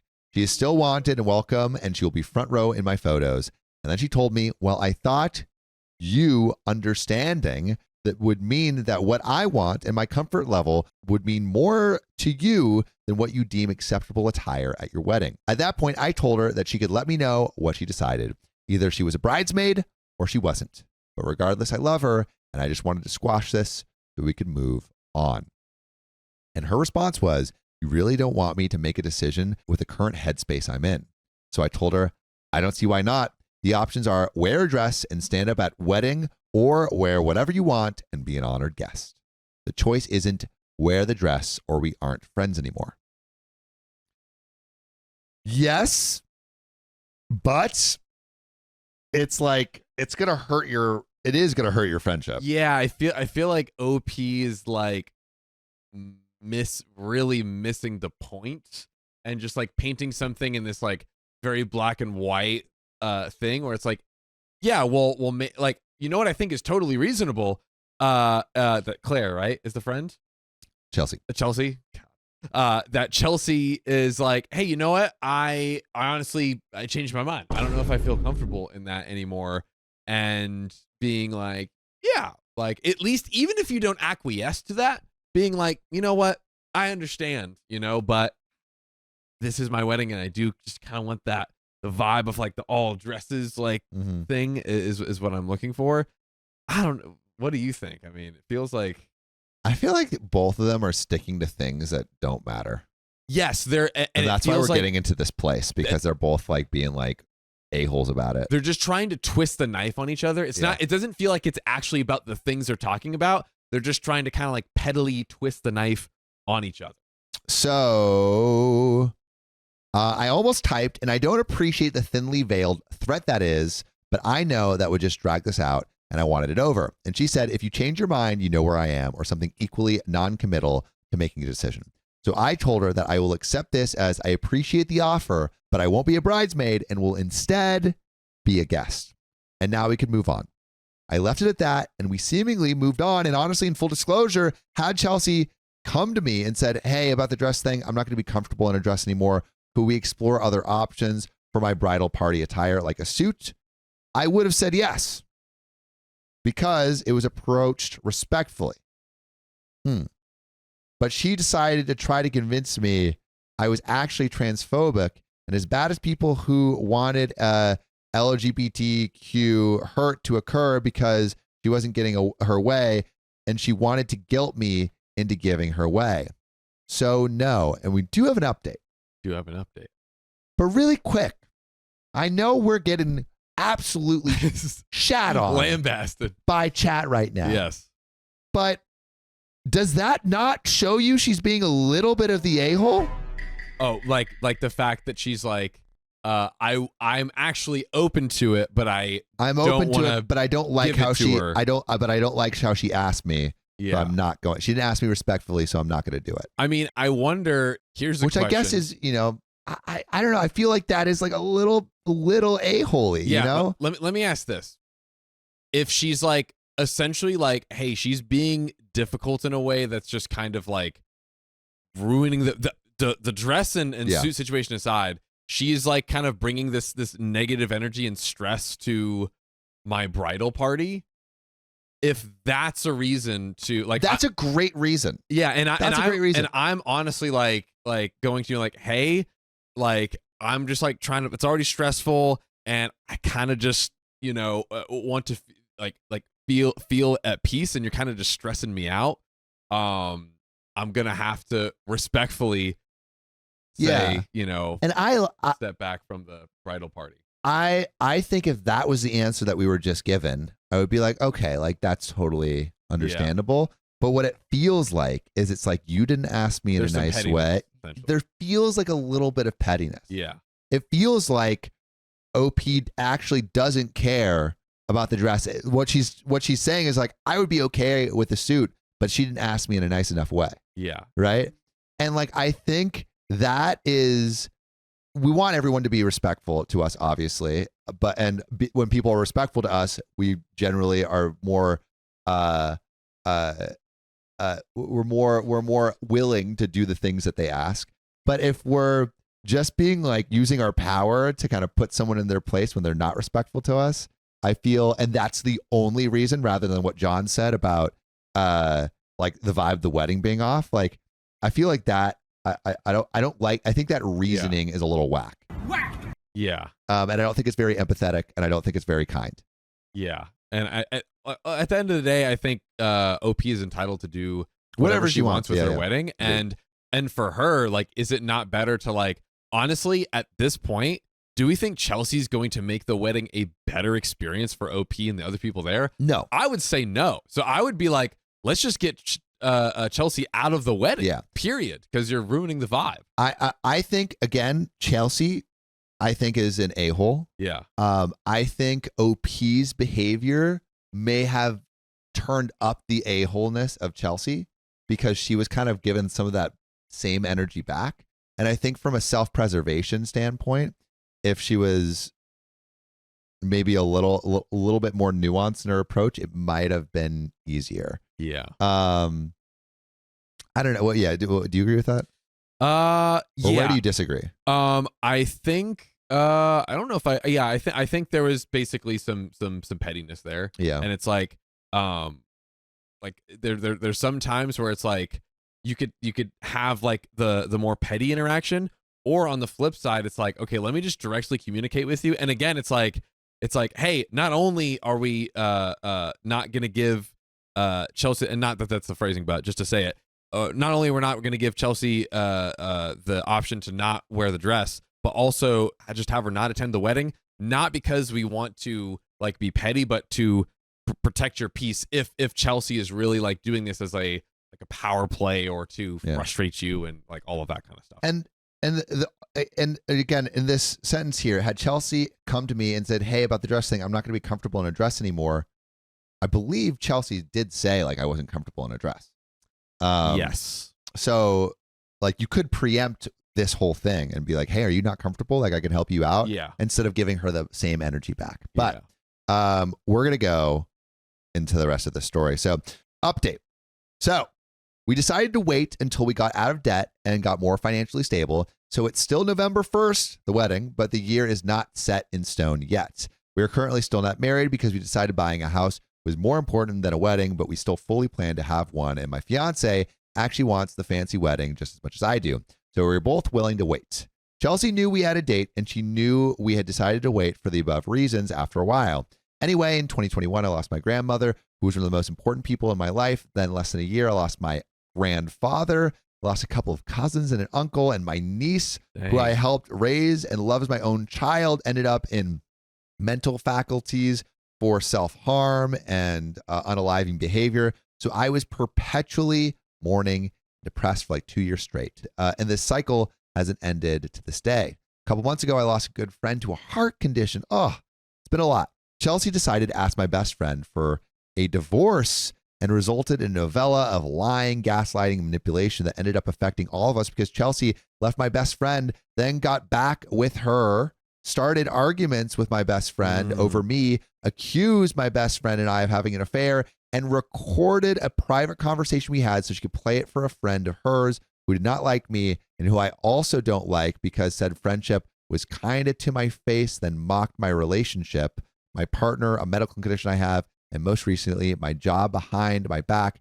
That friend is also narcissistic. Again, I'm getting like, I don't know. Like, is this your, like, you say this person's your friend, but you're talking terribly about them? Well, so here's my question now. So this is like, I feel like we got the tip of the iceberg with Chelsea. Now it's like Chelsea was going crazy and trying to like accuse OP of like cheating with their partner and all this. I'm like, what? Why? Not only why did Chelsea get a wedding invite, why did Chelsea get invited to? And why are you still hanging out with her? Yeah, it sounds like you're just hanging out with toxic people. Like I would say to OP, it's like you're wholly entitled to not have to like invite them to the wedding or to the bridal party. So why not protect your peace and Oh, and she flew to another state to spend days with another woman and lied to all of us about it, to which she says that she and the other woman are just friends and it wasn't an affair. Those were the final straws for me. I was also already spiraling downward mentally. My fiance even told me he was worried I was going to hurt myself because I was getting so bad, and I ended our friendship, probably for the best. After I did, she admitted to my other best friend that she knew I'd never had an affair with her wife. She just said it to hurt us, essentially because we'd accused her of having one with a woman she had lied about flying to another state to spend time with in secret. My best friend and Chelsea are no longer together. And in all honesty, I had started seeing a change in her around 2019, 2020, a change I didn't like. But when my grandma passed away in June of 2021, I stopped caring because I needed my friend's support just to keep living. 2023, and I still have crying fits over my grandmother because we were so close. So this loss was profound, and dealing with Chelsea's drama on top of everything was not something I could do. I would like to add that Chelsea has good qualities like any person. She could be kind and caring. And at one point, she was absolutely a wonderful friend. I can't say why she changed for certain, as she refused to speak to me after she left my best friend. There are, of course, details about her and best friend I've glossed over or left out because those are just their stories. But this is pretty strictly just experiences pertaining to me and what I experienced specifically. Best friend is doing better, and while I'm still dealing with things, my fiance and I couldn't love each other more if we tried, and my best friend and I are closer than ever. We're very supportive of each other during the current mental and physical health journeys. My best friend is looking forward to my wedding whenever it takes place. Edit, I got my revenge by getting married without her in my life. My husband and I found out his mom had stage 4 lung cancer, so we decided to do a small intimate wedding with just family and bridal party instead of saving for a big expensive goth fantasy that we wanted. I went from gothic beauty to dark romance and rustic. She and one of her friends stalk her socials, so I posted photos on my beautiful day with my beautiful bridesmaids in their gorgeous red dresses, my bride's man in his red suit, and my maid of honor in all black with a dark red blouse. By the way, you can listen to full episodes with stories just like this. Go to Spotify, Apple Podcasts, or your favorite podcast app and search OK Storytime. There's another relevant update, and I'm going to go straight into it. Unless, John, you have anything you'd like to add. What do you have? Talk to me. So OP was friends with this girl after her grandma died because she needed, friend support. Yeah, I think it's one of those situations where it's like OP was going through like a lot in her life, and she's just like, I will take whoever's around to try to help fill that like emotional hole in her heart. Therefore, Chelsea was just kind of like around, even though Chelsea, it seemed, was just like a little cuckoo for Cocoa Puffs and not at all the best friend. And that carried all the way into the invites and the bridal party, which again, I would say that OP was entitled to not have to invite her to the wedding in the first place. Yeah. If So again, thought the vibe was off. Chelsea a-hole for sure. Yeah. Chelsea a-hole for sure. I think maybe my my designation for OP is could have handled it better. Yeah. But overall, not totally an a-hole, but could have handled it better. I would agree. But let me know if you think I'm wrong. I know you will. Yes. My husband and I had an amazing day, and Chelsea never crossed my mind once. I got the wedding she wishes she could have had, and I have the healthy relationship she wishes she could have had, and I got to share it with my closest friends and family members. My husband is an amazing person, and he felt just as amazing as I did that day. I love him so much, and we got an amazing photographer so he would have excellent photos of our day, and his mom in particular. It was a big deal to me that the photographer took extra care to photograph my husband and his mom and siblings together. And no matter what, Chelsea can't take this from us. She never could have, because I have my loved ones there, and that's what matters. My best revenge will always be being happy and loved and loving my husband and family in return. And that's where it ends. There it is. I like that last line. But with that, I think that is a wrap. Yes, sir. My fiance betrayed me with my sister. I don't know how to move on. Move on without your sister and him. Yeah, it seems like you gotta move on without any of them. Hello, Reddit. I'm posting here in the hope that someone can give me some advice, share their experiences. I don't know. I'm just completely at a loss. I feel like my heart has been ripped out. Kalimat. My fiance, let's just call him Jake. Ugh, another Jake. Another Jake. We've been together for 7 years, and I don't know a life without him. By the way, this comes from user Brokenhearted Sister. And if you want to submit your own stories, go to the r/OKStorytime subreddit and submit them there. So I met him at university. We stayed together past graduation and moved into a flat, which we bought together 2 years ago. He proposed last summer, and we were set to wed in July 2017. Ooh, this is an old story. We have had very few problems until now. My sister, let's call her Sarah. Dude, Jake and Sarah, what a crazy combo. Is an extremely volatile person. Growing up, I doted on her completely, but she had a lot of personal issues that made our home life turbulent. Her childhood was very different to mine. My parents had very little money. They were on the brink of a divorce. My dad was physically violent on a number of occasions. Whilst things improved drastically in the years after I was born, she has an abundance of problems that stem back to this. My parents feel a lot of guilt about Sarah's upbringing and used to let her get away with some shocking behavior. Gosh. Conspiracy theory. No, ICU. What is it? ICU. ICU? I'm feeling ICU. I know exactly where the story's All going. right. Call it. Call it. I mean, Call it out. I know we're supposed to forget the title. The sister's going with the fiance. She gets what she wants. And I see you on top of that. We're probably going to see a history of the sister getting with OP's exes. So it's like a thing that's been happening, and this is like the final straw. Because she gets away with some shocking behavior. If she can get away with shocking behavior at home, what is she doing outside of home? Do you know what they're doing outside of the home? It's 10 p.m. Do you know where your children are? Sarah had the same boyfriend for as long as I can remember. They dated from when they were 16, and their relationship was toxic. They habitually broke up and got back together. When they were good, they were crazy in love. But more often than not, she would have these insane arguments, sometimes physical, with him, and then take out her frustrations and despair on myself and my parents. I remember spending many a night lying by her side in bed while she cried so hard she would retch. Oof. God. After their arguments, she would throw plates and glasses at the wall, hit herself. Sometimes she would hit me and my parents too. It was like he was always a substance to her, and she was emotionally stunted and didn't know how to see anything past their relationship. Codependency. 2 months ago, her boyfriend called things off for good. I don't know what gave, but after nearly 2 decades together, he finally had enough. He booked a one-way ticket to another country, changed his number, deleted all social media profiles, and essentially disappeared from Sarah's life. Oh my God. This is where he went. He went to Japan. Oh. Because the yen is also very low, and I see a lot of, I don't know why I see a lot of stuff on TikTok. I'm not a part of this community. I'm not about it, but the passport bros are like, hey, go to a different country. You can get with these women. You can do this. Dollar goes so much, yada, yada, yada. That's what happened. He moved to Japan. He's getting with another gal or whatever, or moved to a foreign country. Passport broing this. That's what he's doing. Hey, he's a passport bro now. Yep. To this day, she still won't explain what caused this, but it was long overdue. I mean, it was probably everything. It was probably realizing I've wasted 20 years with this woman I don't enjoy spending time with. So, or yes, this no, was a go, conspiracy theory. go, yes. He's a spy?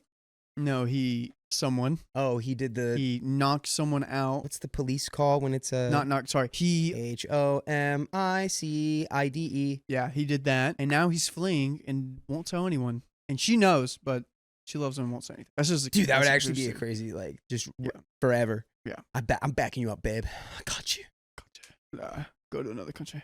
To say Sarah was devastated is an understatement. Dang. She moved out of their shared rented apartment and in with my parents. I would visit her most days after work, where she would flit in between explosive rage and an almost catatonic silence, staring at the walls with tears streaming down her face. Oh my God. At one point, we were all extremely worried she might seriously harm herself and organized for her to see a therapist, something I had suggested for years. Of course, she backed out days before her appointment, and there were no consequences. She is, after all, a grown woman. She just hadn't changed emotionally in the entire time I've known her and still acts like a teenager. 2 days ago, I went to visit Sarah, who was in bed in her darkened room. You know, I'm not enjoying the vibe I'm getting here where it's like we're shaming somebody going through like an intense depressive episode. That's not very cool. I agree with that. We also understand OP and her do not have like the best situation. So OP is going to be kind of biased in that way. There's a lot more I context. agree with you though. I agree with you. But let's not bash people at their lowest point, even if they do kind of I let myself in and attempted to speak to her, telling her about my day at work. She immediately exploded, screaming at me, throwing her pillows across the room, crying uncontrollably. She told me life was unfair, that I had everything and she was left alone to rot.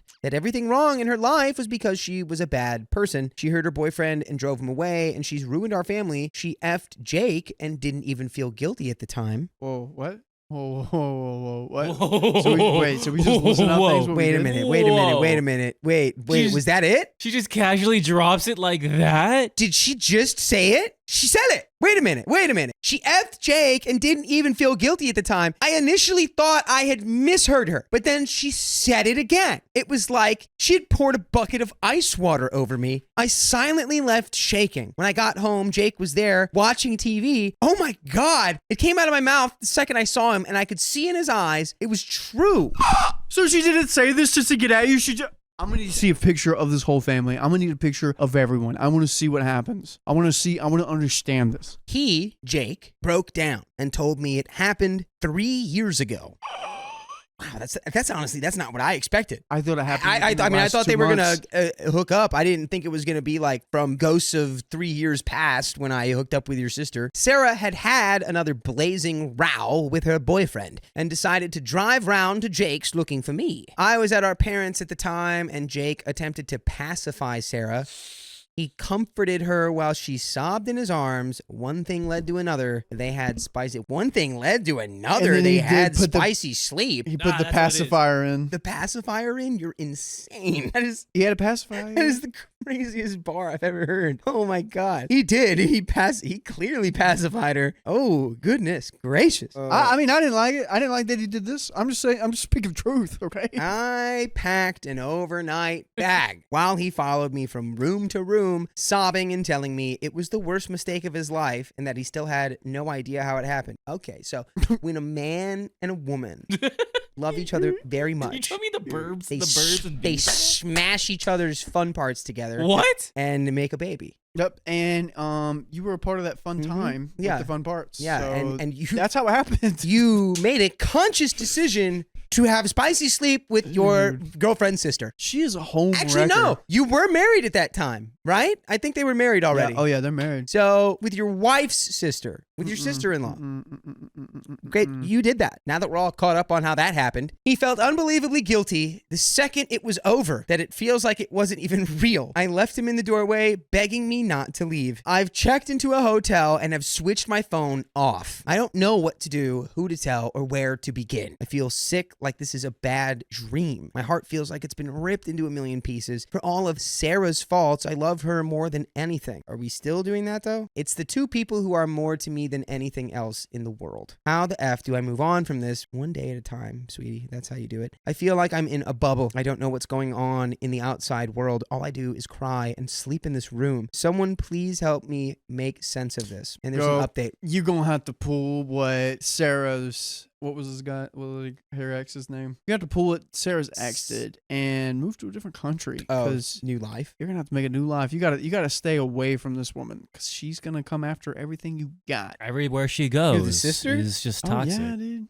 Yeah, well, that's why the thing I'm hung up on is look, I get it. It's your sister, and I know you love her, but your sister just did this consciously. First of all, she slept with your husband. Yeah. And but beyond that, the moment that we're in right now, where it's like now you have this whole revelation, she didn't come to you in like a, look, I got to get this off my chest. I can't live with myself anymore. She did it so that she could bring you down to her emotional despair level. But she also wanted to play victim. She was playing victim. Lopi literally just asked, hey, how's your day? She was like, oh, it's terrible. I effed your husband 3 years ago. I'm rotting. And I've been left to rot. But I effed your husband. I'll double down. I said it. I said, you heard me. Did I stutter? No. Yeah. So you don't want anything to do with your sister because honestly, this circles all the way back to the very beginning of the stream when I said my least favorite quality in a person is someone who has to bring other people down to their level if they're feeling bad. She just did this, but with like a nuclear bomb.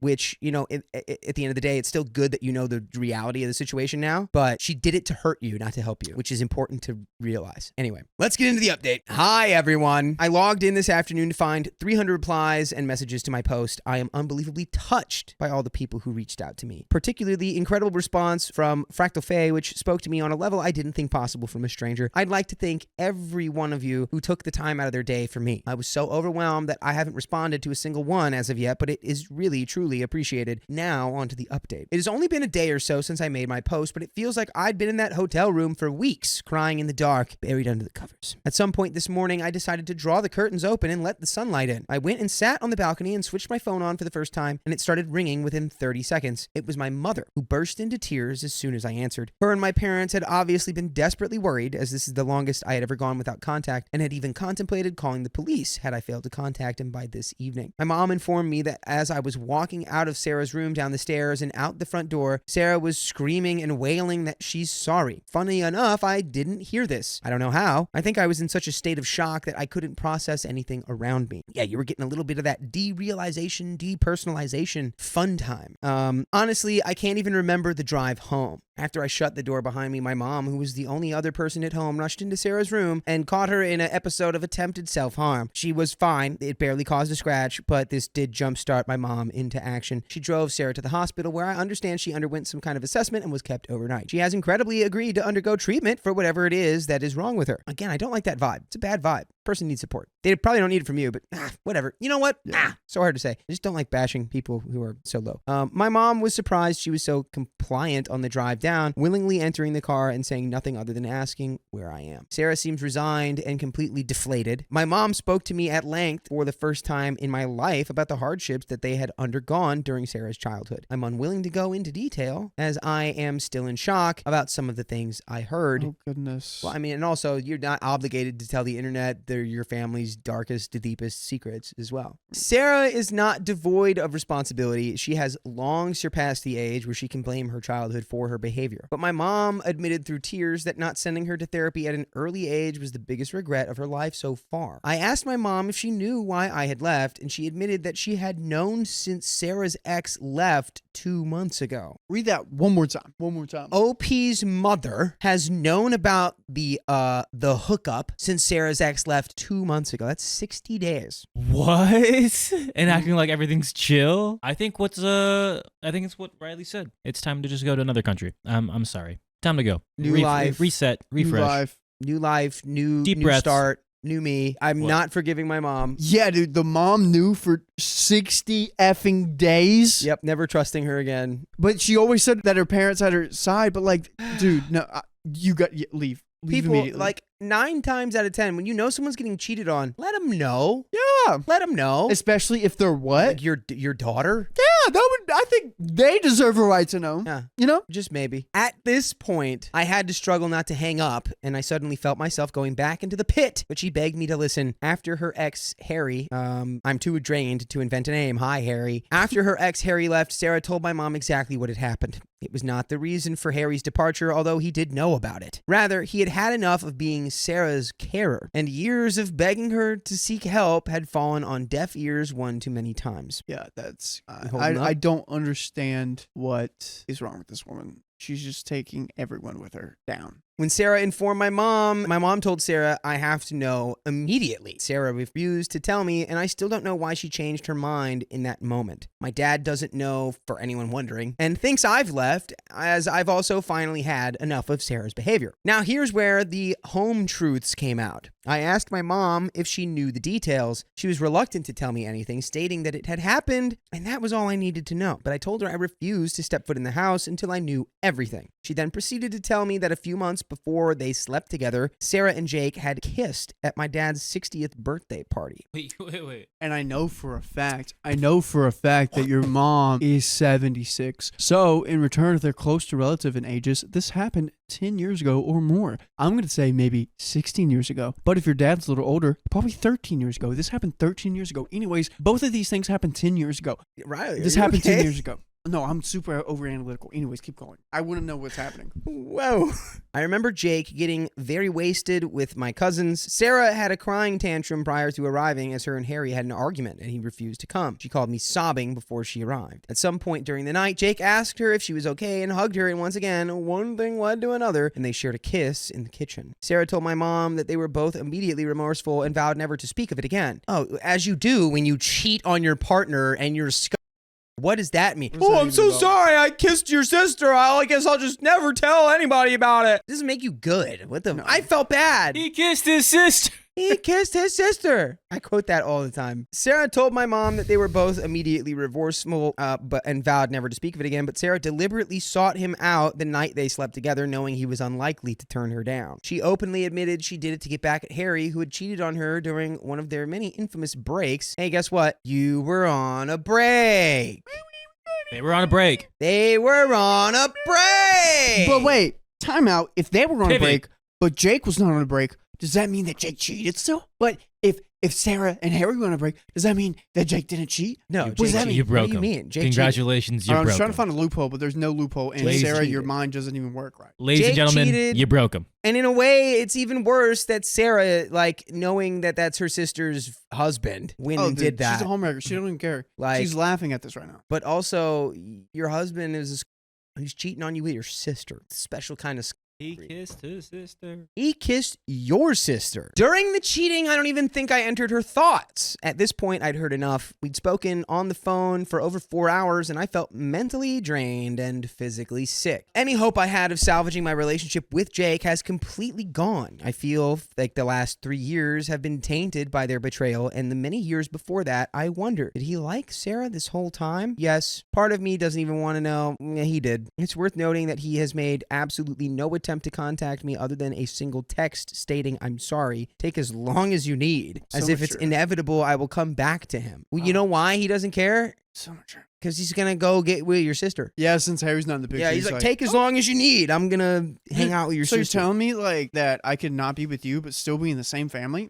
Done. Things are still up in the air. I don't feel ready to check out of the hotel as I don't know where I'm going to go next. I feel my relationship with my mom has been rocked by these revelations. I don't know what's going to become of Sarah. I have no idea what I'm going to do about me and Jake's flat where I'm going to live. I don't know if I have a job anymore. I just haven't showed up to work. Ooh, that's bad. But I know the truth, and the smallest part of me is grateful for that. The rest of me is consumed by a pain I never imagined possible. Yeah, I guess there's nothing else to do now except wait and see how things unfold, but reading through your comments and messages have been more help than you can imagine. Thank you, thank you, thank you. And for anyone who has ever experienced symptoms like Sarah's or has been around someone who is so visibly troubled, I beg of you, seek help before it's too late. We have another update. Hi, everyone. I thought I would make a final update as I received a lot of messages over the last few days wondering how I am over the holiday period. Once again, I'd like to thank you all for the outpouring of support I've received over the last month. The number of messages, links to help, and offers for a shoulder to cry on were overwhelming and touching. I apologize if I never got around to replying to them all. The last few weeks have been a blur, but I am eternally grateful nonetheless. So, after my conversation with my mom, where I found out she had known about Jake and Sarah, I went back to square one. I switched my phone off again and retreated back to my hotel for a further 5 days. From the comments on my last post, I should clear up one thing. My mom hadn't known about Jake and Sarah from the very beginning. Rather, Sarah had told her about it at the time of Harry's sudden departure, meaning she had known for a couple of months. Eventually, I decided enough was enough and decided to call work. My boss wasn't angry or even surprised to hear from me. My mom had called him after our conversation, told him there had been a family emergency and I would be unavailable for the foreseeable future. He advised I take until the end of the week, but would have to come to a meeting if I required any more time off work than I had already given myself. So my job was safe-ish, and I'm back at work and trying to get on with things. After this, I went back to my parents. Sarah was also home, but holed up in her room. I went in to see her, and she was up painting. As a number of you guessed, it is likely she has BPD, although my parents are waiting on a second opinion. She's going to counseling weekly and seems slightly better. She broke down in tears when she saw me, and we had a long talk where she spoke to me in depth about how truly consumed she was by her and Harry's toxic relationship. She understands it's for the best that it's over, but she describes the pain as unrelenting. It hurt when he was with me, and it hurts now that he's gone. I know a lot of you will feel disappointed that I haven't cut her or my mom out of my life for good.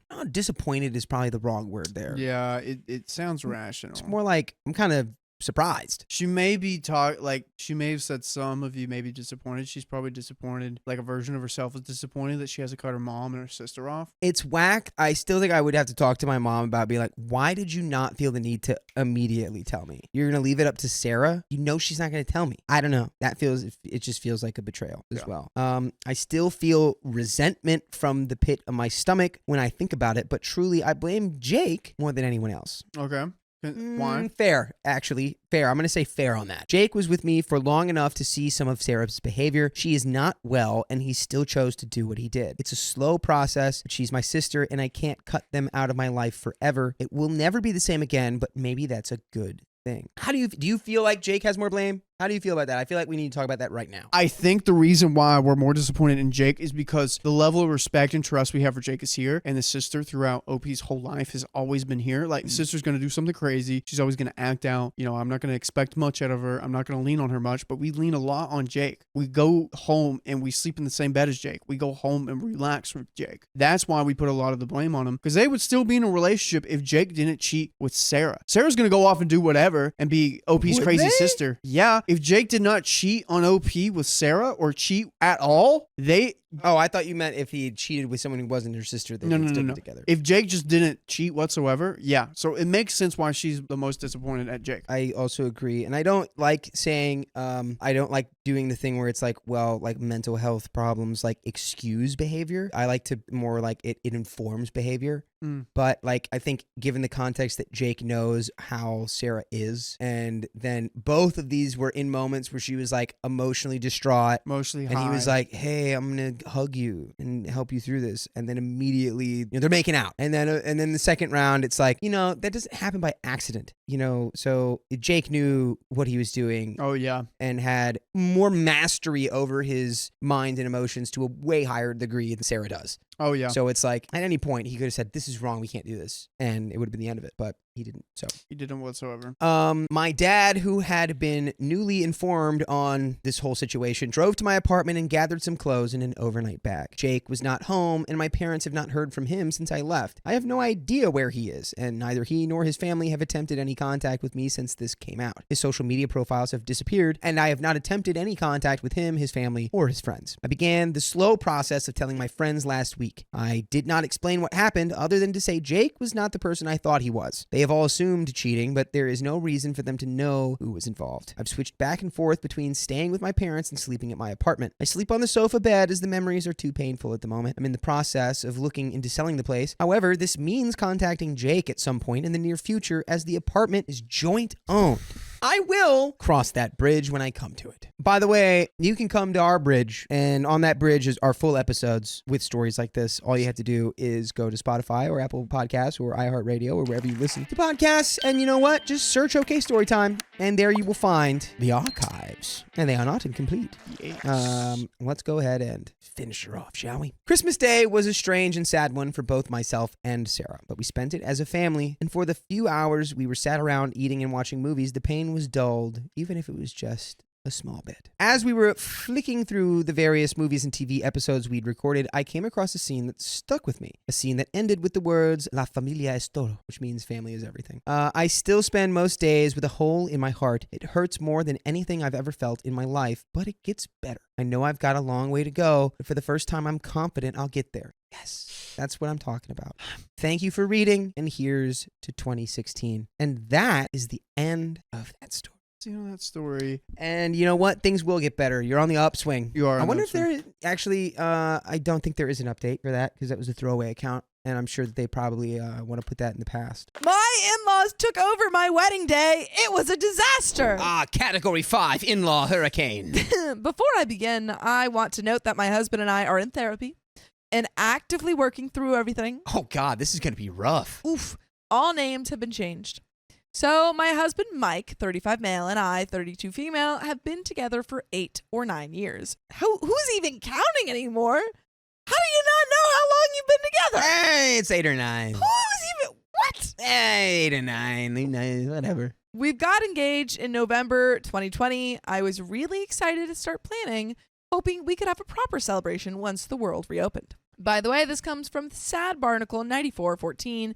And if you want to submit your own stories, go to r/OK Storytime subreddit. So, In December 2020, my mom suddenly passed away from sepsis. Obviously, I wasn't in the headspace to plan a wedding after that. We put things on pause. In 2022, my dad revealed that his persistent cough and swallowing issues weren't from a hernia, as he thought it was stage 4 cancer. He had 6 months to 2 years to live. Oh my God. That is a tough year. After 2 rounds of chemo, we were told it was in remission for now. It would likely return.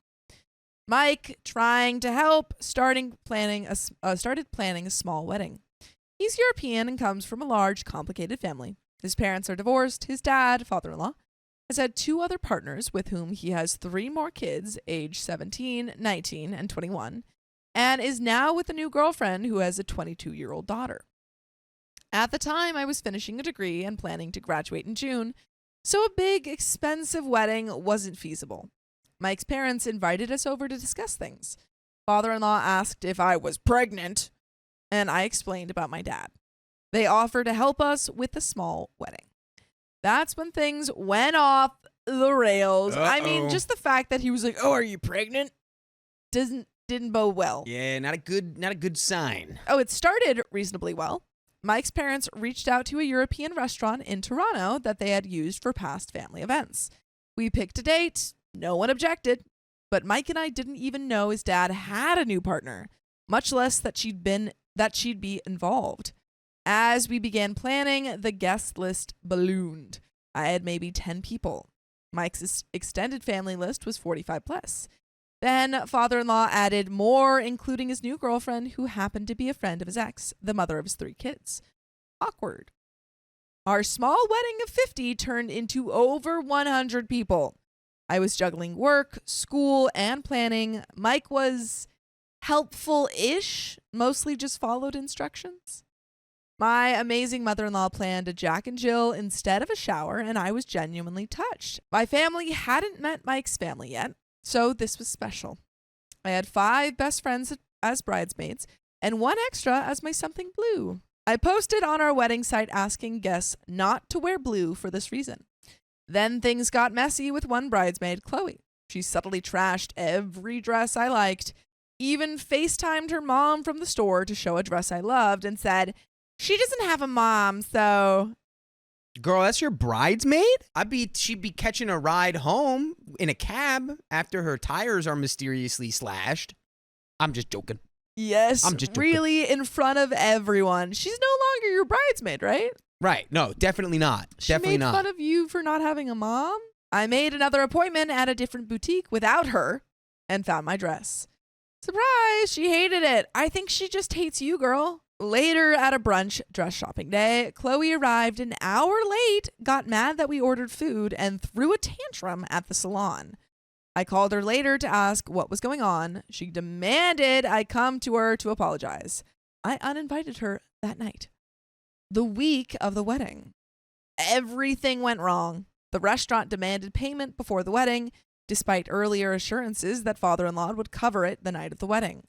Our DJ forgot he was supposed to MC. The church had no AC despite telling us it would and suggested we bring fans. 48 hours before the wedding, I was with mother-in-law and my maid of honor doing last-minute errands when father-in-law's ex, Grace, called. She said she wasn't invited but wanted to attend the ceremony only to support Mike. I said fine, but to check with father-in-law and avoid drama. Then the venue called to say we couldn't set up the night before due to a double booking. This venue seems like it's terrible. We had to create a new seating chart overnight for someone else to do the setup. I was running on fumes, having only taken 2 days off of work. 24 hours before, I was picking up flowers when father-in-law called me, screaming about Grace being invited. I explained, but he was furious. I texted Grace to ask her not to come. It was too stressful. She called me back, twisting the situation. Meanwhile, I was unloading supplies and completely broke down. I was crying on the phone in public. The venue also added last-minute fees. What is this venue? It's the worst venue ever. Wedding day. Bridesmaid late. Fine, whatever. The makeup artist was late. All good. Cool as a cucumber. Rush to finish on time. Will they get? This is normal, right? Mike texts, "Don't leave me hanging." cute. But his dad, new girlfriend Karen, her daughter Kate, 22, and Mike's brothers decided to stop for McDonald's on the way. They arrived at the same time as me, nearly seeing each other before the aisle. In the bridal suite, my dad and grandma visited, then Karen and Kate arrived, both wearing blue. Kate was in a tight, uncomfortable blue dress and said, I could wear something blue too. Like, for some people, I'm sure it'd be fine, but Opie explicitly said, don't wear blue. I had someone discreetly usher her out. She tried to insert herself into photos with my dad. A bridesmaid had to distract her. Meanwhile, Karen and father-in-law were taking ridiculous prom-style pics. Hey, reception. Mike and I noticed Kate and Mike's 21-year-old brother, Martin, were visiting every table, including my friends and family. Martin was introducing Kate as my step-sissy-in-law. They were way too close. We saw whispering, hand-holding, and let's just say, it escalated. Guests asked about it. Karen was seen giving Kate a scolding. My maid of honor had to leave early due to an injury, and my other friends left soon after. It's just bad omen after bad omen. I feel like you're not meant to get married. Or at least not married today. Yeah. Today's not a the bad day. I was cleaning their table when Kate screamed across the room, Martin's telling everyone about my spicy-related experiences. Oh. I snapped. I told them I had photos. Guests were talking, and they needed to stop. I was done. Later, I was in the bathroom removing my suction bra with the help of my teen sister-in-law. Guests were gossiping in the bathroom. When I came out, most had left, only to find my father-in-law stripping in the middle of the venue. Karen was cheering him on while he lap danced his best friend. Okay. I was mortified. I just wanted to leave. Mike was already cleaning up. I asked him to call an Uber, and Karen said, oh, you'll come with us. She was sober, driving. So all that chaos? Sanctioned. Yikes. The day after. See, this is why you have the secret wedding, folks. Martin and Kate texted early asking what proof I had. Proof of what? I sent a photo. Martin said it was messed up that my friends were taking pics of them having fun. That afternoon, we went to my dad's for a post-wedding lunch. He wasn't eating. After a cough, there was blood on his napkin. No, you can't catch a break. The cancer was back. They weren't giving a timeline, just hopeful. Months later, in September, I visited my dad, and he and his girlfriend told me the truth. They told me I had 3 to 6 months, as in the dad is saying this. He's known since July. Mid-December, he was hospitalized. I became his full-time caregiver with his girlfriend. We barely slept, barely ate, just tried to make him comfortable. On January 13th, 2025, at 8:30 a.m., my dad passed away. When our wedding photos arrived, I was devastated all over again. Out of 1,300 photos, over 300 featured Kate or Karen prominently. Some were only of them. Most of the rest were Mike's family dancing, barely any of my own friends or special moments. I am so angry that my only wedding was hijacked. Even if I divorce and remarry, it'll never be the same. My dad won't be there. Ugh. Mike privately acknowledges the damage, but he never confronted his dad or siblings. I'm just desperate for someone to understand. My wedding wasn't just chaotic, it was taken away from me, and I'll never get that day back.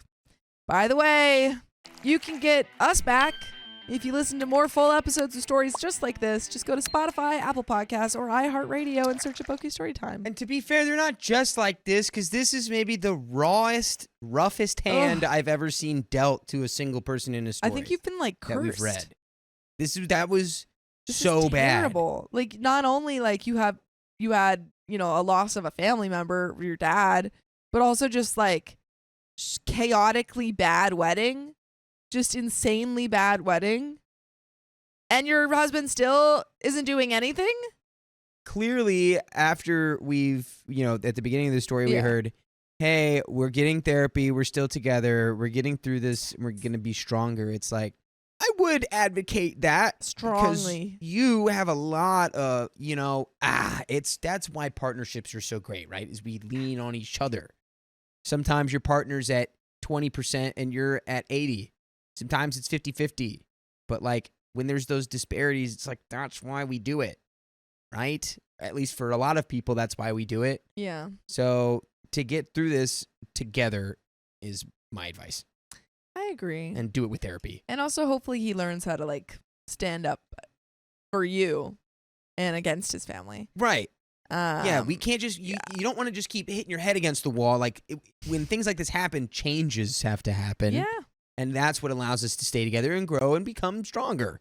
I forgot to tell you guys, when my father-in-law and Karen dropped us off at our building, my father-in-law had taken off his pants and got out of his car to say goodbye and joked, "You have her last name now. Don't do anything embarrassing to diminish it." I was honestly so tired, I didn't even respond, just pushed past him and went upstairs. And comments. Comment 1 says, "Please don't have any kids anytime soon. If your husband dropped the ball this badly with your wedding, you better make sure he is up to the important job of putting his family, you, first.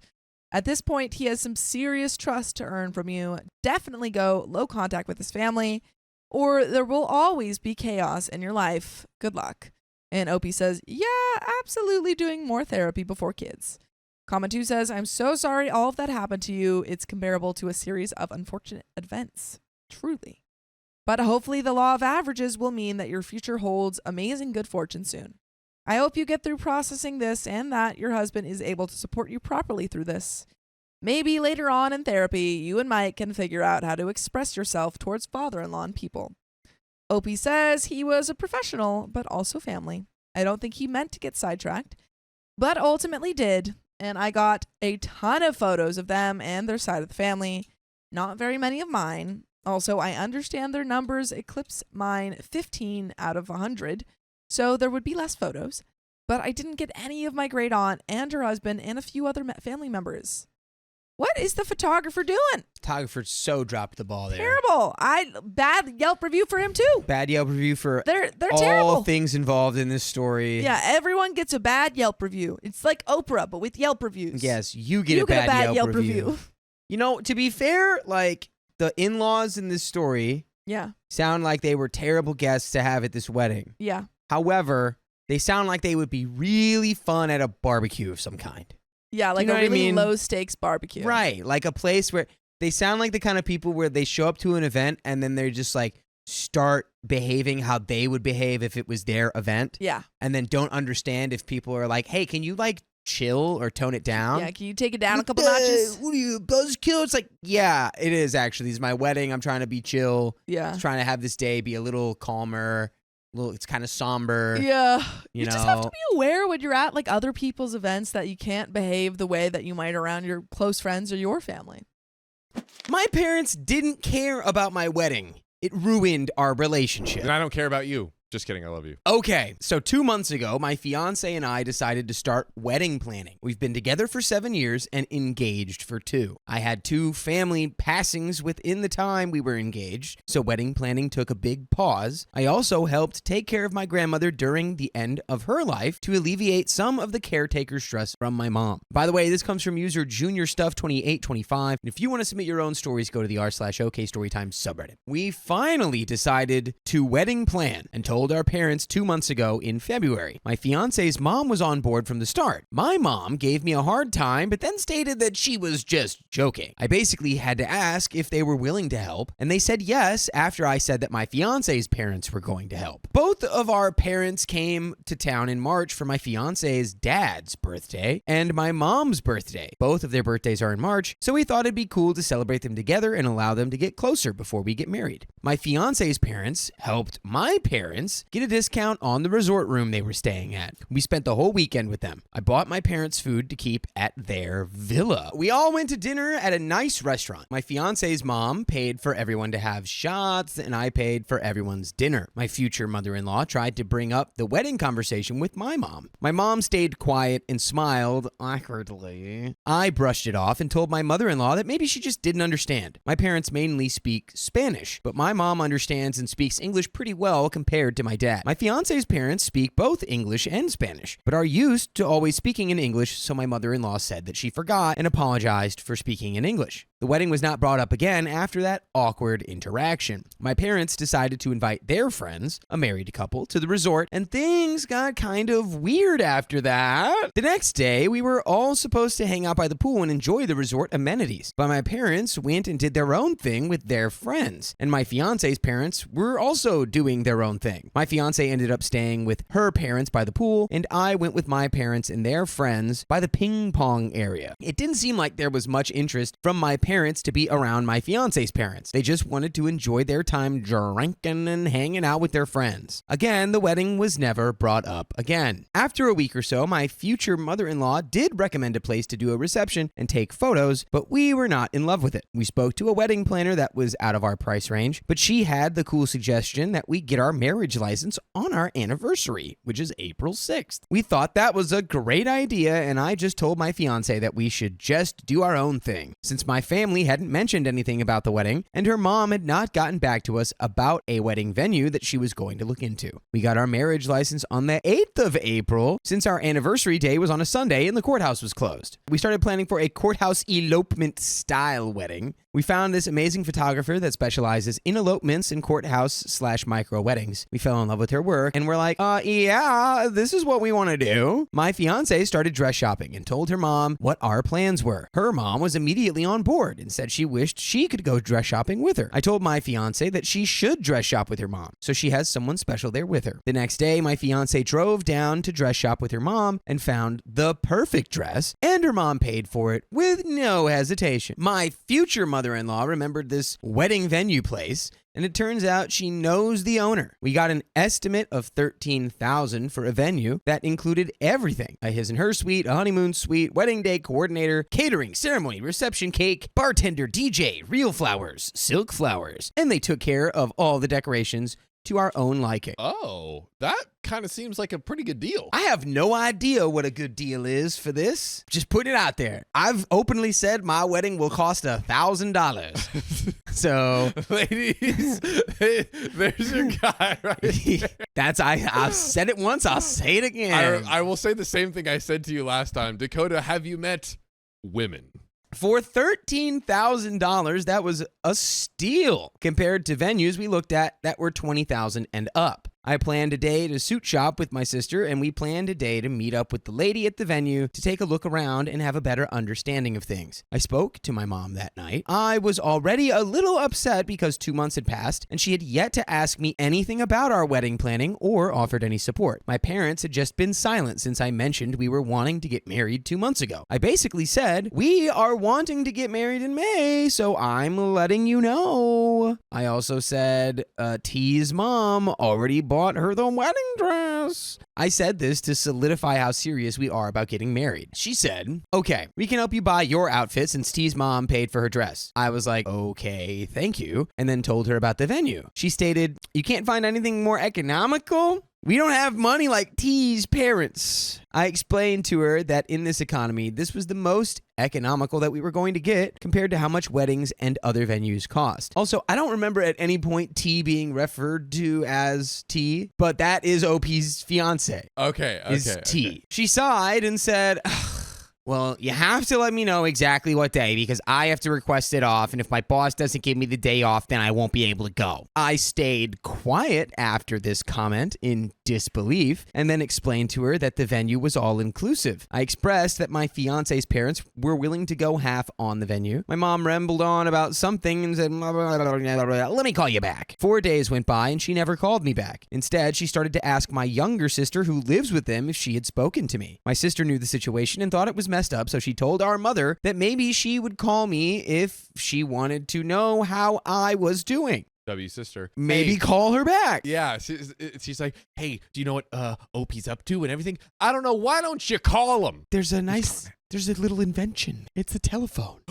Regardless, we went to see the venue 2 days after my initial conversation with my mom. The venue was actually located near my parents' house, literally down the road, right after One Light. The lady was super sweet and even offered us the upgraded ceremonial chapel area and honeymoon suite for no extra charge. Well, they're already charging you $13,000. I don't know. I'm liking this. I'm not mad. They're like, we'll upgrade you to the ceremonial chapel area and the honeymoon suite.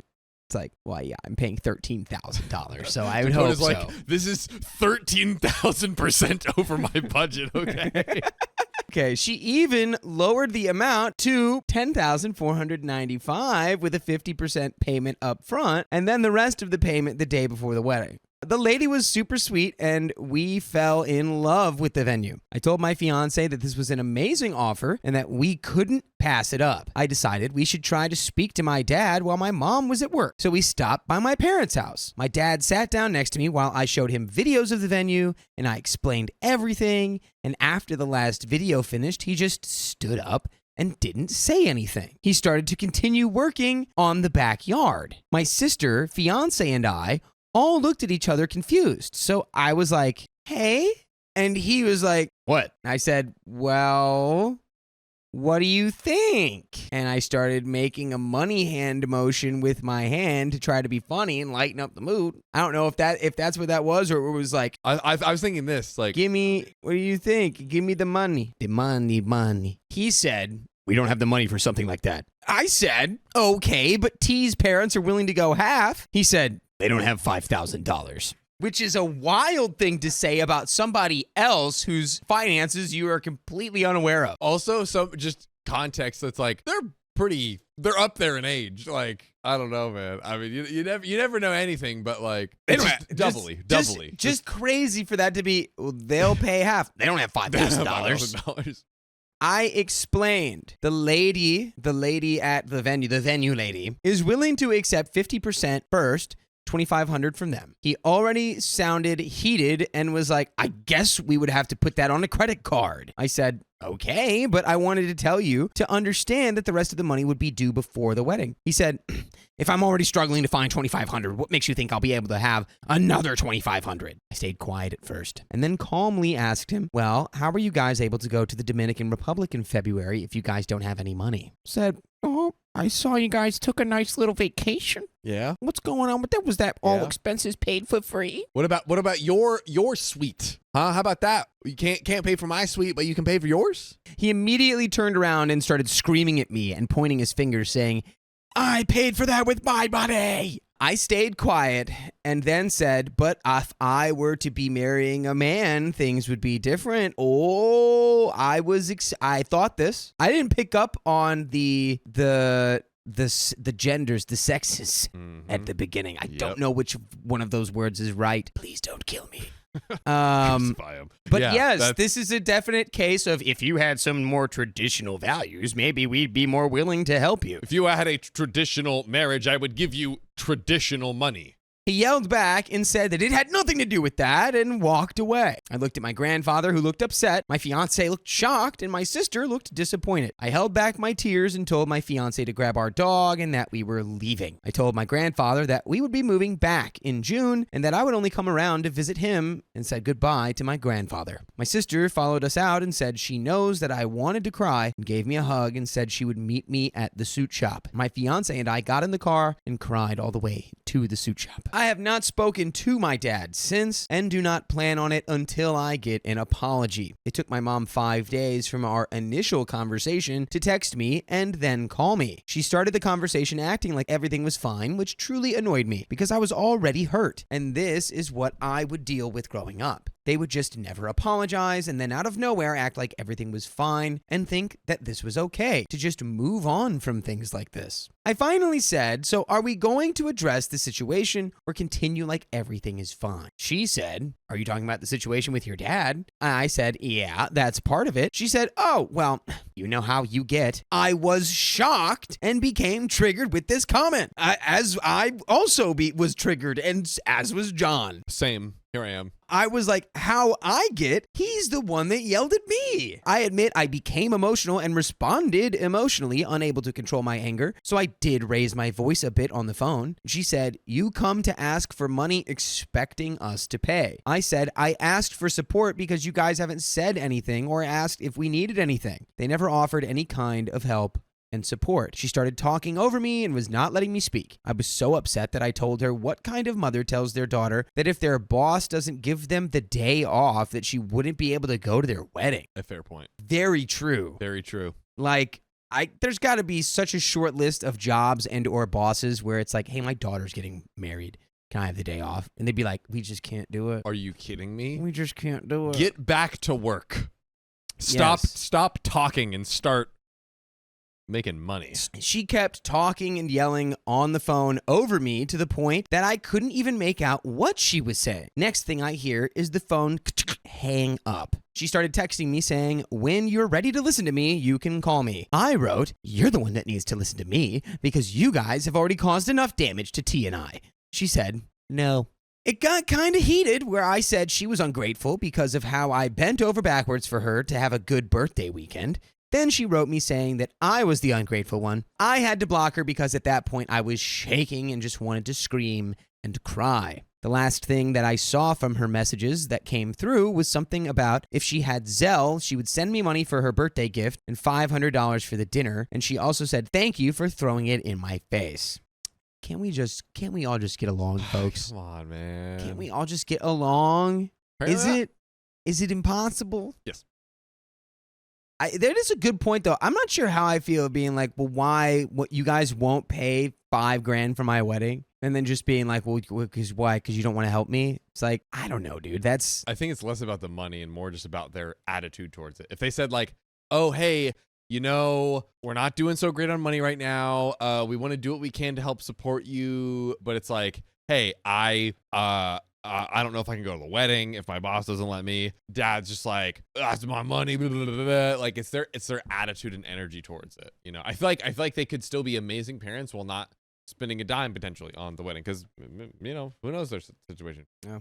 And just basically like you gotta earn it. Yep. Why am I gonna pay for your wedding? It's not mine. It's yours. Exactly. The thing is, I wasn't trying to throw it in her face. I was trying to get her to see things from my perspective and understand how I felt. Of course, as my parents, they have done a lot for me. But I have also been a good daughter who has been their personal translator for them since the age of 6. Anything they needed me to do on the computer, I would do for them, like resumes or job applications, resignation letters, etc. Anything that they needed me to translate or be there for, I would do it. My fiance even told her parents that whenever my parents need something, I am quick to drop everything that I'm doing and go help them. She's witnessed my family / my people-pleasing behavior, and she's the one that has taught me how to not take so much on and help me learn how to say no to certain things because I would always run myself dry, not filling up my own cup. The situation is truly disheartening. I told my fiance that I don't want my parents at the wedding, and as much as it breaks my heart to let the wedding venue go, we have to. Her parents were willing to still go half with us on the wedding venue, but they also didn't want us to put ourselves in debt since we want to save up for a house. So at this point, I haven't spoken to my family other than my sister. We decided to go with our original plan and do the courthouse wedding with a nice reception dinner at Maggiano's. My fiance's parents are willing to pay for the reception and the photographer. My sister even offered to give us $500 after she figures out her tax situation. At this point, I don't think I want my parents there, and I do not think I will be inviting them to the courthouse. I think that maybe I will be more upset if I see them and remember all the pain they caused me around wedding planning. I'm not upset that they can't help me financially. I'm hurt that I had to ask them for help instead of them offering or having a simple, calm conversation about it. I would have loved if they had been like, hey, we don't have a lot of money, but we want to extend our help and support in any kind of way. There are many ways to support an adult child on the most important day of their life that doesn't include money. It was their lack of interest in asking us how the wedding planning was going. It's like they turned their blinders on after I mentioned it. It's a strange situation because they love my fiance. Part of me thinks it's low-key embedded in them that two women shouldn't be married, but my sister and fiance don't think it's that. They are very old school but have come a long way since my sister and I are both attracted to the same gender. My fiance thinks that they are embedded embarrassed that they aren't able to financially help us like her parents, but are going about it the wrong way. The way they're reacting is just so strange. We are all confused. All my future mother-in-law can say is that she is so sorry and has been supportive and emotionally there for us. I feel grateful to be a part of my fiance's family and can't wait to marry their daughter. Aw. They have truly shown up for us, especially during this difficult and stressful time. What do you guys think I should do regarding my parents? What do you think is going on or why they are reacting this way? Am I wrong for wanting nothing to do with them now? I feel so hurt and lost. We were so excited to be wedding planning, and now I feel like every day is a struggle for me to get anything done and be motivated. I feel like I'm going through a mini depressive moment in my life when I should be happy and excited to be marrying the love of my life and my best friend. I even created a GoFundMe to see if that would help pay for the wedding venue, but nothing so far. I really just wanted to see my fiance walk down the aisle. We fell in love with this wedding venue, but we had to accept that we can't afford it without putting ourselves in a financial restraint. I was excited about the courthouse elopement style wedding before seeing this venue and imagining what could be. Now it's hard to go back to feeling excited about the courthouse/elopement wedding. I'm trying to get back to that feeling though by looking at the amazing photos our photographer has taken of other couples at the courthouse and surrounding areas, hoping to speak with her in the next few days to solidify things. And by the way, you can listen to full episodes with stories like this for not just the next few days, but for the next 53 days non-stop on Spotify, iHeartRadio, Apple Podcasts, wherever you listen to podcasts. Search OK Storytime, and there you can listen to over 1,272 hours worth of stories. Now, but we do have some more story here. But John, let's get solid, okay? What are we gonna do? What are we doing about the parents? How are we keeping the parents out of the courthouse wedding? I think we need to maybe take a beat, and think about, okay, like, what do we want to do here? If OP does not want the parents at the wedding, that's totally fair. That's the people who hold the wedding decide who is at the wedding. That is how that works. So if OP ultimately decides that, go for it. And maybe I think it could be worth saying, and I know that the parents are just crashing out and we're trying and they're just always saying terrible things, but maybe going to them and being like, hey, listen, like everything you've said and done throughout this whole wedding planning experience makes me want to not invite you to the wedding. I would love to have my parents there, but like if you don't start acting in a way that's like actually supportive, I don't want you at my wedding. Right, because it does feel like very sort of burdensome or afterthought-ish the way that they're approaching it, because it's like, I get it, where it's like, oh, we don't have $5,000. But instead of being like, how dare you ask us for $5,000? It's more just like, well, I don't have $5,000, but I can help you in a different way. Like, what do you need? What else do you need? So I told my fiance that any money that is given to us during the reception dinner, I would like to give it to her parents because they deserve it. We never had to ask them for anything. They immediately offered and were like, we will pay for this. Let's do this. Let me know, etc. Grateful for her family. And there are some comments. Comment 1, I am not sure you actually received an agreement that they would hand over $5,000 for your wedding.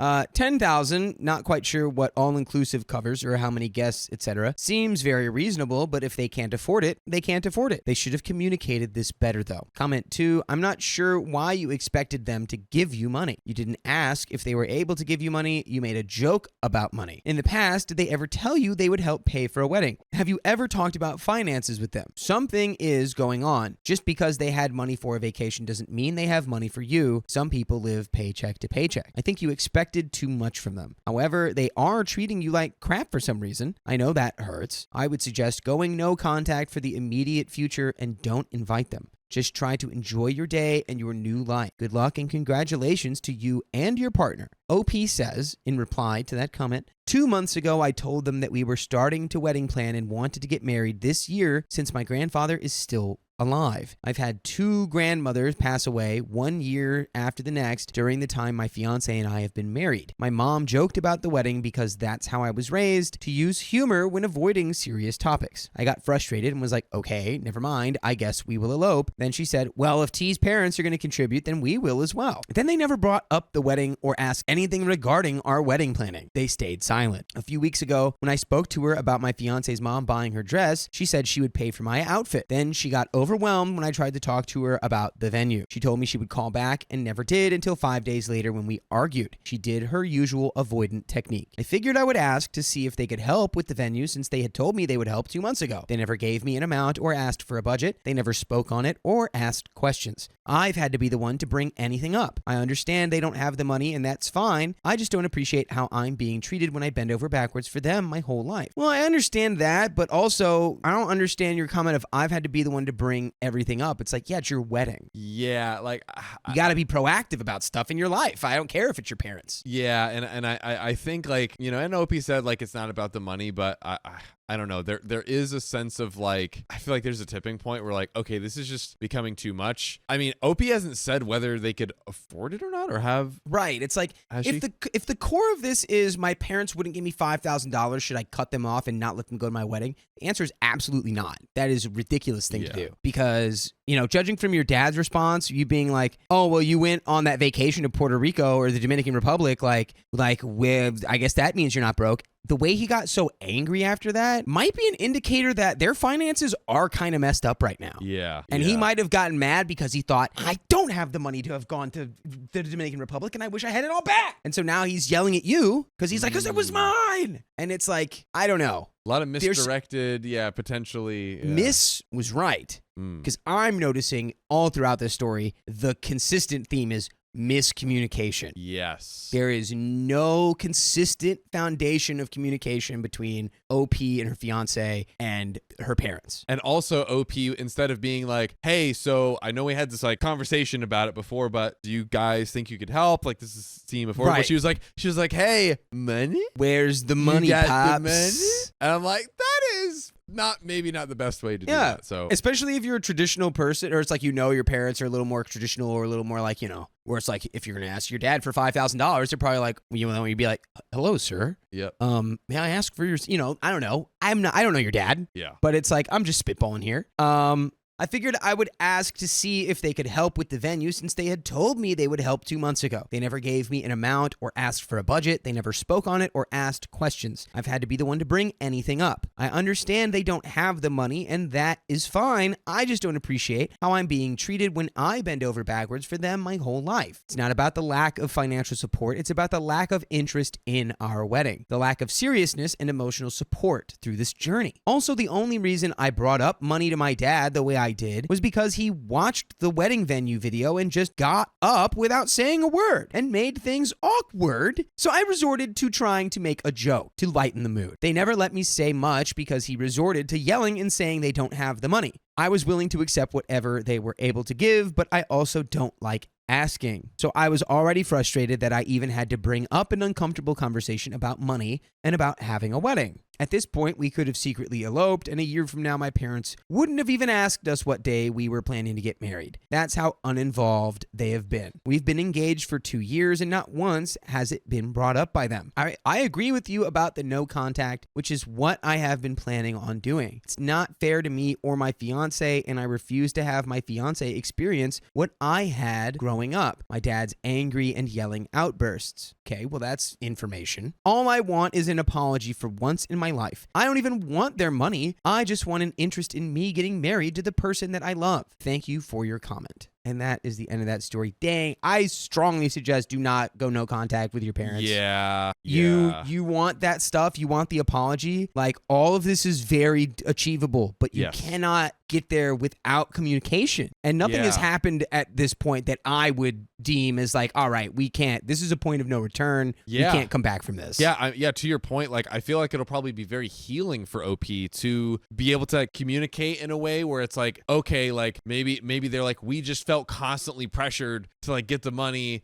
and then I like did a stupid thing which was getting angry at you and like not acceptable, but this happened and I'm sorry, and like I don't know, like to your point, I think there is a world where that happens. The bride's future sister-in-law tried to hijack the wedding, but she got humiliated. Try and mess with the bride, you get the horns. Yep. To start off, I'm attending 3 weddings this year. Wow. All great friends of mine, and all of which I'm extremely excited about. This post is about the first wedding of the 3, which is 9 days away. Sorry if the background is a bit long. By the way, this comes from Zura B, and if you want to submit your own stories, go to r/OK Storytime subreddit. My friend B got engaged last year. She wanted a small, elegant wedding, and we've been planning it since the day the rock got on her finger. She's having 50 guests, 10 tables of 4, and 10 more at the top table. The location is this beautiful wooded area full of leafy fruit trees owned by her step-grandparents, and they very kindly agreed to let her have it and pay for the tables and chairs. We're a bridal party of 4 girls, including her future sister-in-law. One reason why the wedding is so small is because she and her fiance wanted to put in more money towards the house. They both work good jobs and want to start a family soon, so they decided on a large house. They also don't want to spend their life savings on one day, all of which I totally agreed with. Her sisters are pitching in to help decorate the place with fairy lights before the wedding. The groomsmen offered to turn up the day before and lug around the heavy stuff, including arranging the chairs for ceremony and table and chairs for the reception dinner. I've been with B through the catering, renting linens and serveware and the cake and the dress fittings, and I think we've spent about $5,000 on the whole wedding so far, not accounting for the generous help offered by her friends and family in terms of labor. Her cousins are helping with wedding favors, a little basket showpiece of crystal fruit since the wedding is in an orchard, and some handmade chocolate from someone her cousin's sister met in Belgium. In all of this, B constantly counts her blessings and thanks everyone. She gave us complete freedom over our dress choices, and one of the bridesmaids is doing our hair and makeup on the day. B is getting a professional to do hers, but even that was upon our insistence that she had to look like the star she was. We've finalized the caterer, the seating, the menu, and invitations. The future sister-in-law enters the picture. The sequence of events is numbered for chronology. Number 1, the bridesmaid dresses. Day of the dress appointment, everyone's on time except future sister-in-law, who's not only an hour late, but doesn't even apologize to the kind dress consultant for making her wait. The rest of us picked out the dress already, each one in a different color summer, but the same style. Future sister-in-law makes us wait while she ransacked the shop and pulls out a white, short pattern dress. Consultant says they can dye the pattern dress any color. Future sister-in-law wants it white. You're not getting white, girly. Come on. We tried to explain that's impossible. She walks out. Couple of days after the appointment, future sister-in-law emails us saying she's very hurt by how we behaved at the fitting, but is willing to let it go. And in compensation, the bride can pay for her bridesmaid dress. B's almost going to say yes, but I put my foot down. Good. Week later, future sister-in-law emails the group again, wants to add 15 people to the guest list ASAP, all out-of-town guests. I calculate based on her demands that B would shell out at least another $1,500 conservatively and asked her to refuse. All of this brings us to yesterday, where future sister-in-law joins us for a little party at B's house. One of the bridesmaids and I thought it would be good to have B relax a little, so we got comfy cushions, funny movies, wine coolers, and some snacks.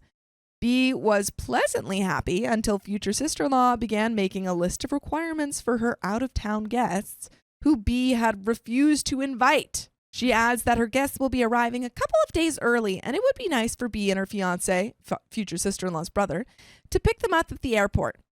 B has been watching her in quiet horror. Then future sister-in-law pulls out the icing on the cake. You guessed it, the white pattern dress. B bursts into tears and goes off the back porch to have a good cry. One of the girls threw future sister-in-law out. Future sister-in-law leaves, threatening B. This is insane. Why is this B's problem? Yeah. Shouldn't the freaking brother, the groom to be the one dealing with his sister? Right. Like, why does B have to deal with his sister? I agree. I agree. And the fact that she's making all of these demands, it's not even her wedding. It's not even her wedding. It's not her wedding. This is crazy. I need help. I've been trying to convince B that future sister-in-law shouldn't even be in the bridal party. But B is too soft and says this was the only thing her fiance requested because apparently future sister-in-law doesn't have many friends. Gee, I wonder why. Exactly. Yeah. Exactly. Because no one likes her. Future sister-in-law has now instigated a family coup by playing the victim to her mother, B's future mother-in-law, who already has a million problems with the wedding, and B is a nervous wreck.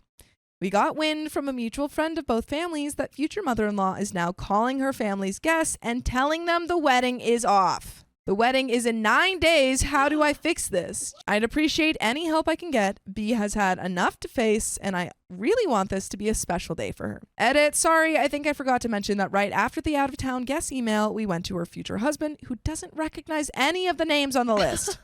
He said he talked to her, but requested B to keep her on in the bridal party, as future sister-in-law doesn't have any other friends. And then B should say, no, your sister has been creating so many problems and has been incredibly disrespectful. Yeah. If you want her in the wedding party, groom side. Exactly. B doesn't want to let him down, as he's basically letting her have the run of the wedding in every other aspect. And there are some comments and an update, but any thoughts? It's so silly. It kind of feels like the term like always the bridesmaid, never the bride. But in this sense, it's like, once the bride, never the bridesmaid. You know what I mean? Of like, she doesn't. It's just so ridiculous to think like because she doesn't have any other friends to be in their party, their wedding party, then she's like, well, let me have this. Yeah, I just want to wear white at your wedding. Yeah, as if it's like just as important as being a bride or something like exactly. that. Like, No. But there are some comments. Comment 1, since this is the future husband's family, he needs to deal with them. Exactly. Yep. He needs to put his foot down and support his future wife. If he doesn't, then I don't think it bodes well for their future marriage. OP says, future husband doesn't know about the dress yet. Only future mother-in-law does. He did find out about the additional guests when I showed him the list to ask him if these were people he really wanted at the wedding. My polite way of trying to hint that he should refuse. Well, I was the one surprised because he took one long look at the list and said he doesn't know any of these people. Between the post and now, I've had a short discussion with B, where we decided to send out short announcements to everyone saying how much B and future husband are looking forward to having them there. In case her future mother-in-law has actually convinced people the wedding is off, they'll know it isn't smart. It's like, hey guys, I agree. It's going to be so fun having that wedding the same day that it was before. Right. And it not being canceled. Yeah. Comment 2, I know B is being hesitant to tell her fiance about this, but I think for her sake, you have to.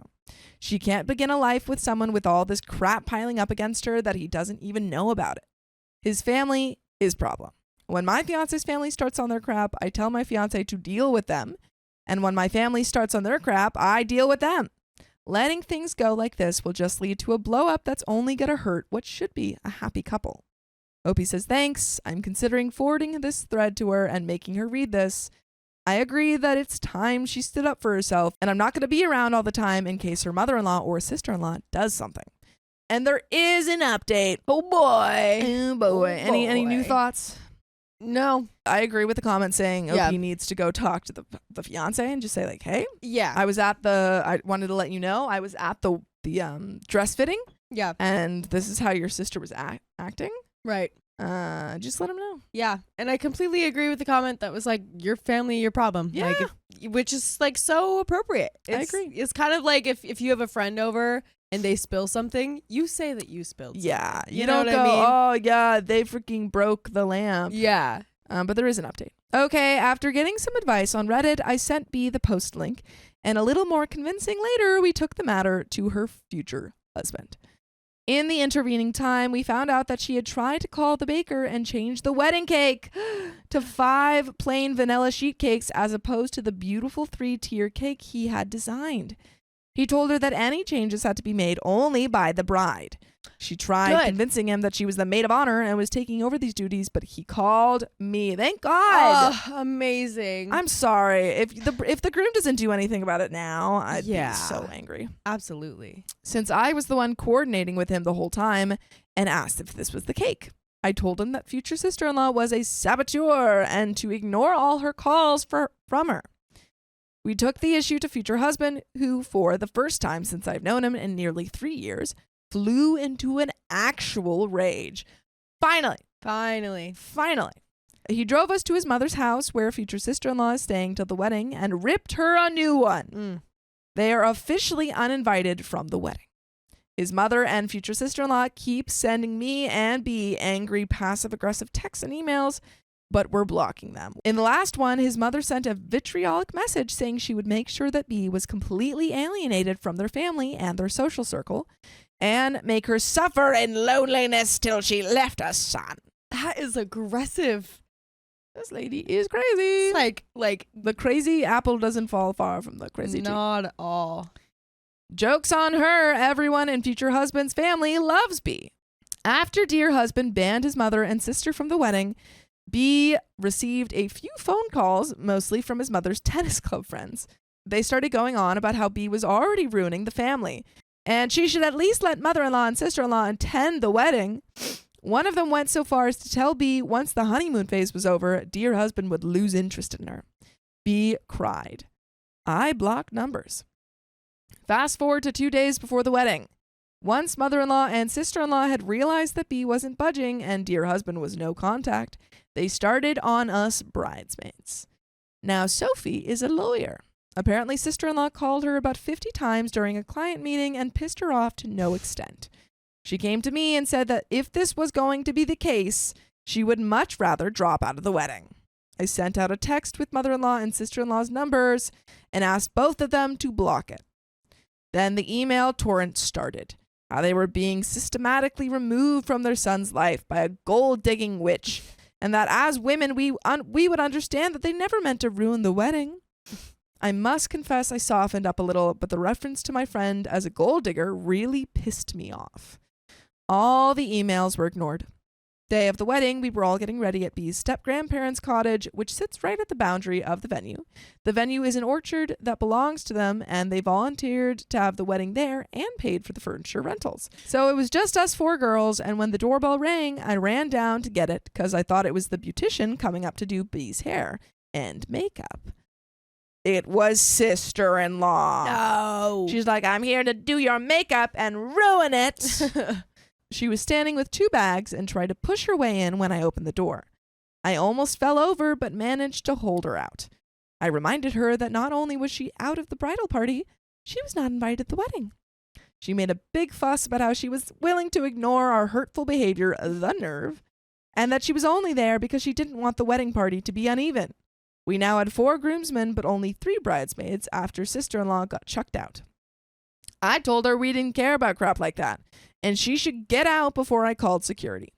We didn't have any, but it just seemed like a good thing to say. She huffed and puffed and tried to blow him down, but left after a few minutes.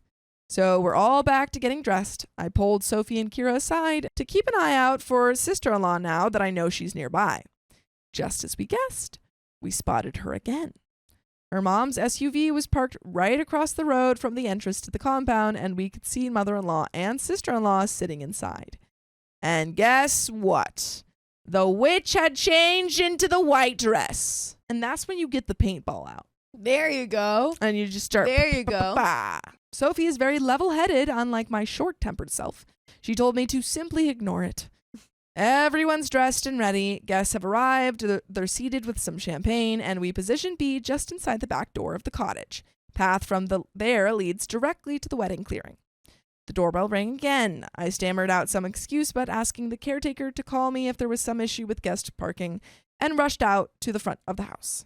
Sure enough, it's mother-in-law and sister-in-law in white. Mother-in-law sees me and snaps, hissing about how she's here to destroy me. I tell her, okay, you guys can sit in the back at the wedding if sister-in-law changes into a non-white dress. Mother-in-law refuses, insisting that it's a family party and her daughter should get equal importance to the bride. At this exact moment, one of the groomsmen, let's call him Brian, is crossing the entrance. He takes one look and realizes what's going on. He forcibly escorts mother-in-law and sister-in-law out of the property, threatening to call the cops. Luckily, the ceremony went on with no issues. We head to the reception area. It's like a minute's walk from the wedding area, just a little further into the clearing. Everyone's having fun. Sophie and I are trying to organize some photo calls between glasses of champagne when we notice Kira's missing. We rush around the place and finally to the front of the house where the greatest scene of my life meets my eyes. Turns out Kira and one of the groomsmen snuck off for a little makeout sesh after the ceremony. Hee hee. Whoa. And they caught sister-in-law and mother-in-law entering the gates again. Probably thought they could get in since the front of the compound was deserted. Kira is a little more like me than Sophie, so she tripped sister-in-law into the mud. White dress smattered with mud. It might have been rude, but I laughed right there. Not rude. These people are crazy. Yeah. You can't be rude to crazy people because they're crazy. Absolutely. These people deserve it. The perfect thing that could have happened. I love Kira. Good job. Good job, Kira. Sophie hurried over and dragged Kira back, kind of a little snippy, before firmly instructing mother-in-law and sister-in-law to leave before she, a lawyer, called the police and filed a case of breaking and entering.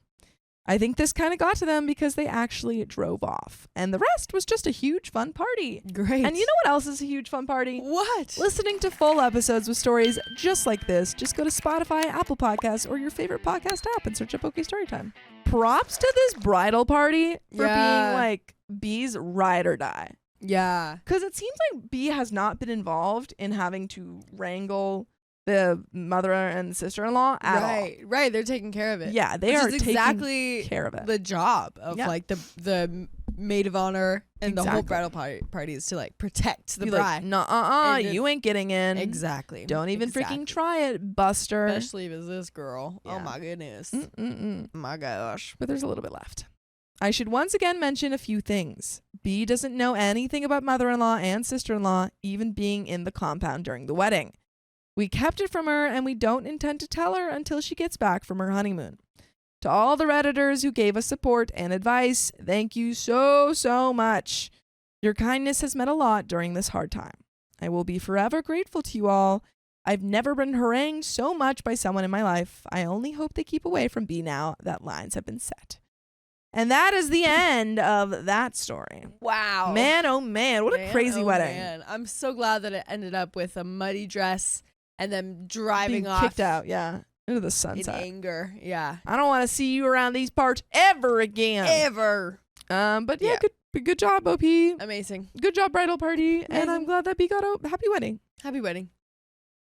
I asked my sister to change her wedding date because I'm graduating that day. I mean, I can't change my graduation. You have the power to change your wedding. My sister is getting married next year on May 17th, 2025. This is a problem because I graduate that day. By the way, this comes from civil signature 9007, and if you want to submit your own stories, go to the r/OK Storytime subreddit. So, I was informed about the date in March. Long story short, I was looking at my academic calendar just a few days ago, and I found out that was my graduation day. My school usually graduates during the first week of May, so this surprised me. I let my parents know about the date, and they told me to tell my sister. When I told her about the date, I asked her if she could change the date. She told me that she already changed the date 3 times, and she wasn't going to change it a 4th time. She told me that she was sorry, and she'll understand if I can't come. I was kind of upset because I thought it was very dismissive. When I told her that, she got mad and told me that I can't expect her to try and change her date again and that it was set and it was final. Now I'm kind of worried that none of my family members would be at my graduation and I won't be able to see my sister get married. I understand that it's an inconvenience for her, but she could change her wedding date. I have no control over my graduation date. When I talked to my parents about who's going to be at my graduation, they just told me not to worry about that right now because it's not time to stress about that. Oh, They're not going to be there. Come. That means no one's going to be there. I do think a marriage is more important than a graduation. I agree. I didn't even want to attend my graduation. I agree. However, if OP's sister can still change the date, She should. Then she should. But there might be a lot of things that are like that's booked, if things are booked, then I'd be like, yeah, she's already booked everything. It doesn't make sense. Like really sucks. Doesn't make sense. If she has not booked things and she just doesn't want to change the date because she just doesn't want to change the date. I also feel like it's also not what she said, it's how she said it. Yeah. It was like, I'm not changing it for you. She's like, I've already changed it 3 times. It's so annoying. If she didn't have anything holding her to that date, I think she should change the date. My parents are telling me that they are going to try and convince my sister to change the date, but I doubt she will. Consensus, not the a-hole. Commenters tell OP that nobody is trying to cause drama or be mean and that this is a crappy coincidence. Comments by OP, I'm not going to her wedding if it's during my graduation.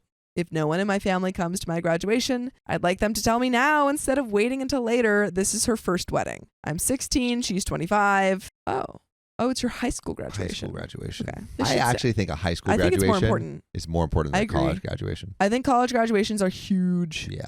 At least mine was. Mm. I would have been like sad if you guys hadn't come to my graduation, but like also it was like a 15-minute thing, you know? Oh, no, what do you mean it wasn't 15 minutes? It was like 3 hours. No, but like the actual part of me going on stage was like, no, it know, wasn't 2 15 seconds. minutes. It was 2 It was seconds. like 30 but seconds. like I'm talking about the walking part. Mm. I would have been more sad if you hadn't gone to the theater graduation because I actually like got awards. Yeah. And that was like actually a cool thing. Yeah. But the main I like graduation. the theater graduation. That was cool. I would like to be at her wedding, but I'm not missing my graduation. Yeah, I think the high school graduation is like pretty big deal. My parents are conflicted. I remember you was conflicted. They're not sure what to do and just told me that they're going to try and convince her to change the date. My sister wanted a spring wedding at first, but she changed her mind and wanted to get married during September. But most of us would be in school by that time. Oh. Do it. Go. Sneeze. No. But most of us would be in school by that time, and she just decided to change it to May. It keeps getting pushed back. If OP was at sister's graduation, yes, we all attended, except her college graduation. It was only a few of us who could go, me, my mom, and dad, and 2 of our cousins. It had limited tickets, but for her high school one, everyone went. The thing is, also, Katara Rain says all graduations are a big deal. Very, very true. But I think that like high school graduation is a little bit of a it's a little bit different because you're 18. It's usually smaller, and you have like you're going out into the world. You're going it's like out, the, yeah, it's like it's the this moment final, that you're leaving your family often. Like college is you're going out in the world for like you're going to get a job and stuff, but like high school graduation is you have just become an adult. Mm-hmm. You're about to become independent. Yeah. To a certain extent, live apart from your parents for maybe the first time. Mm. It says it's 1 hour and 31 minutes away from my school. On the calendar, it says at 4 p.m., but I know that the graduates have to be there earlier for lineup, and I'm not sure what time that'll be. My sister wants to start her wedding at 5:30. Even if my graduation ends before, I'll miss part of it. I want my family at my high school graduation too. They're both important, and I liked seeing how everyone was proud of my cousins and sister when they graduated, and I want that for me too. In order for my parents or anyone who wants to see the wedding, that means they'll have to miss my graduation because of the time it takes to get there. I can't go to a reception with no transportation. That even bigger point. Yeah. I don't think she really checked in with anyone. She just told everyone that was the date. She originally had it for September, but it wasn't working out for everyone, so she just changed it. It feels like she's not considering her sister in her wedding. She doesn't It sounds like she doesn't want her there. My parents are telling me not to talk about it right now. You have to talk about it right now before she books anything. Yeah. And I would like it if everyone came to my graduation. I went to theirs. But if I'm being honest, I don't really care if my uncles, aunts, and cousins don't come. I just wanted my parents to be there for me. If both of my parents don't want to come to my graduation, they need to tell me now so I can accept that no one will be there for me instead of prolonging it and refusing to talk about it. That's so sad. V-Ron says she's 16, graduating high school. No, this is a year from now. Yeah. So she's saying that she found out about when her graduation date is a year before. Did I say she was to blame? No. It just sucks that I went to everyone's graduation, and I'm going to be the only person without having anyone there. I got my hopes up for nothing, and that's what's upsetting me. I always looked forward to seeing my cousins and my sister graduating, and I liked how everyone in the family was always there. If my parents can't convince her to change the date, I'll accept it and not expect anyone to come until told if someone is. Oof. I wonder, do you have one parent go to the wedding, one parent go to the... Would they even do that, though? You know? Well, like, I guess, all right, like, what would you do in this situation, right? So, graduation, yeah. you can't move the wedding. Am I a parent in this You're a situation? parent. You can't move the wedding, and you can't move the graduation. I probably would split up if that, yeah, because I don't think it's fair to have the, you know, and I would, and hopefully that would be an incentive to the other daughter to change the date. I would say, hey, if this is your wedding, you can do that. One of us needs to be there for your sister. Yeah, but it does suck. It sucks. It sucks so much. And I would hope that them saying that would convince the sister to be like, you're right. I want both of my parents and my sister to be there. Yeah. So I feel like the parents keep pushing it off and saying, oh, let's not talk about it. Let's not talk about it now. Yeah. It needs to, I think they I think they're just hoping it resolves itself, or like OP just stops caring. Somebody says to go no contact with her family. Thanks, but I couldn't do that to my parents. I love them too much to stop talking to them. I also won't say I'll stop talking to my sister either, but I will view her differently. And I'm not sure if we could ever be as close anymore.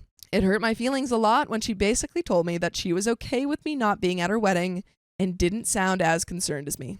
She made it sound like it wasn't a big deal. It made me realize that I maybe valued her more than she valued me. I'm going to be hurt regardless, not having everyone there, but I don't really know what I can do. And there is an update, folks, 10 months later.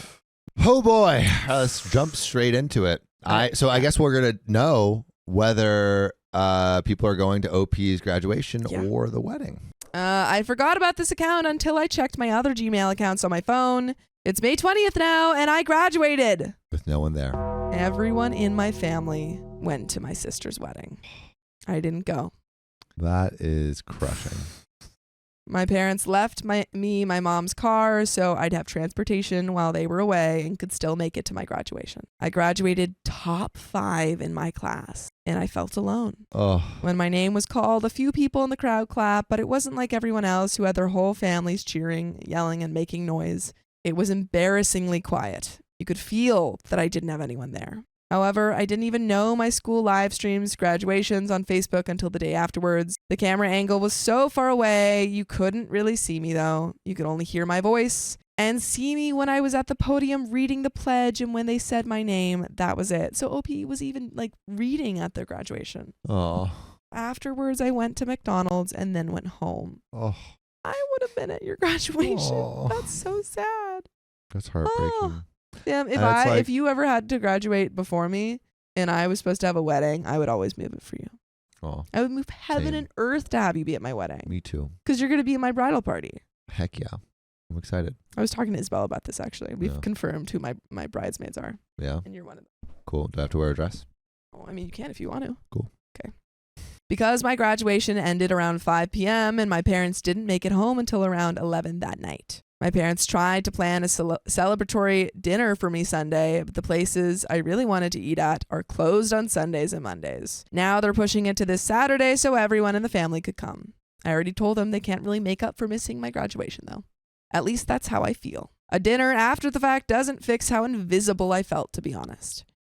But you guys will never be invisible to us because we're always making you full episodes for you to listen to with stories just like this. Just go to Spotify, Apple Podcasts, or iHeartRadio and search up OK Storytime.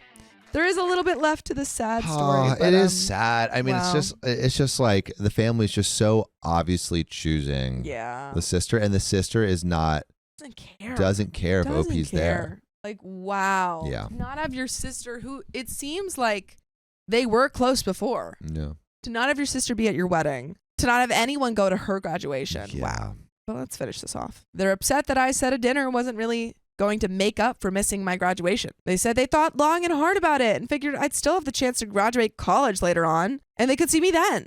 Meanwhile, they wouldn't have to miss my sister's wedding since she'd only get married once. My sister and the rest of the family have been texting me congratulations now, but it all just feels late, if that makes sense. I don't know. I'm happy I graduated, but I do feel a little overlooked. Comments. Comment 1 says, this situation just sucks. I want to give OP the biggest hug. Another reply says, same. The parents should have persuaded the older sister to change the date or made dang sure one of them could be there for her. Yeah, exactly, which is what we suggested. What a crappy family, all in all. Heartbreaking. Comment 2 says, the situation sucks, but I'm a little baffled about why at least one member of the family didn't go to cheer on OP, and then they hightail it over to the wedding and attend the reception. If I'd been the older sister, I would have announced OP's arrival at the reception and let everyone cheer as she walked in. That why would have did been no one great. go to the graduation? Oh. Yeah. And why did OP just go home instead of going to the second after the wedding? Well, because OP was sad. Yeah. OP was sad. No one came to their graduation and then expected. I mean, it could have OP been in to go another to the- state or something. Like it could have been. It was like an hour and a half. Oh, an hour and a half away. Yeah.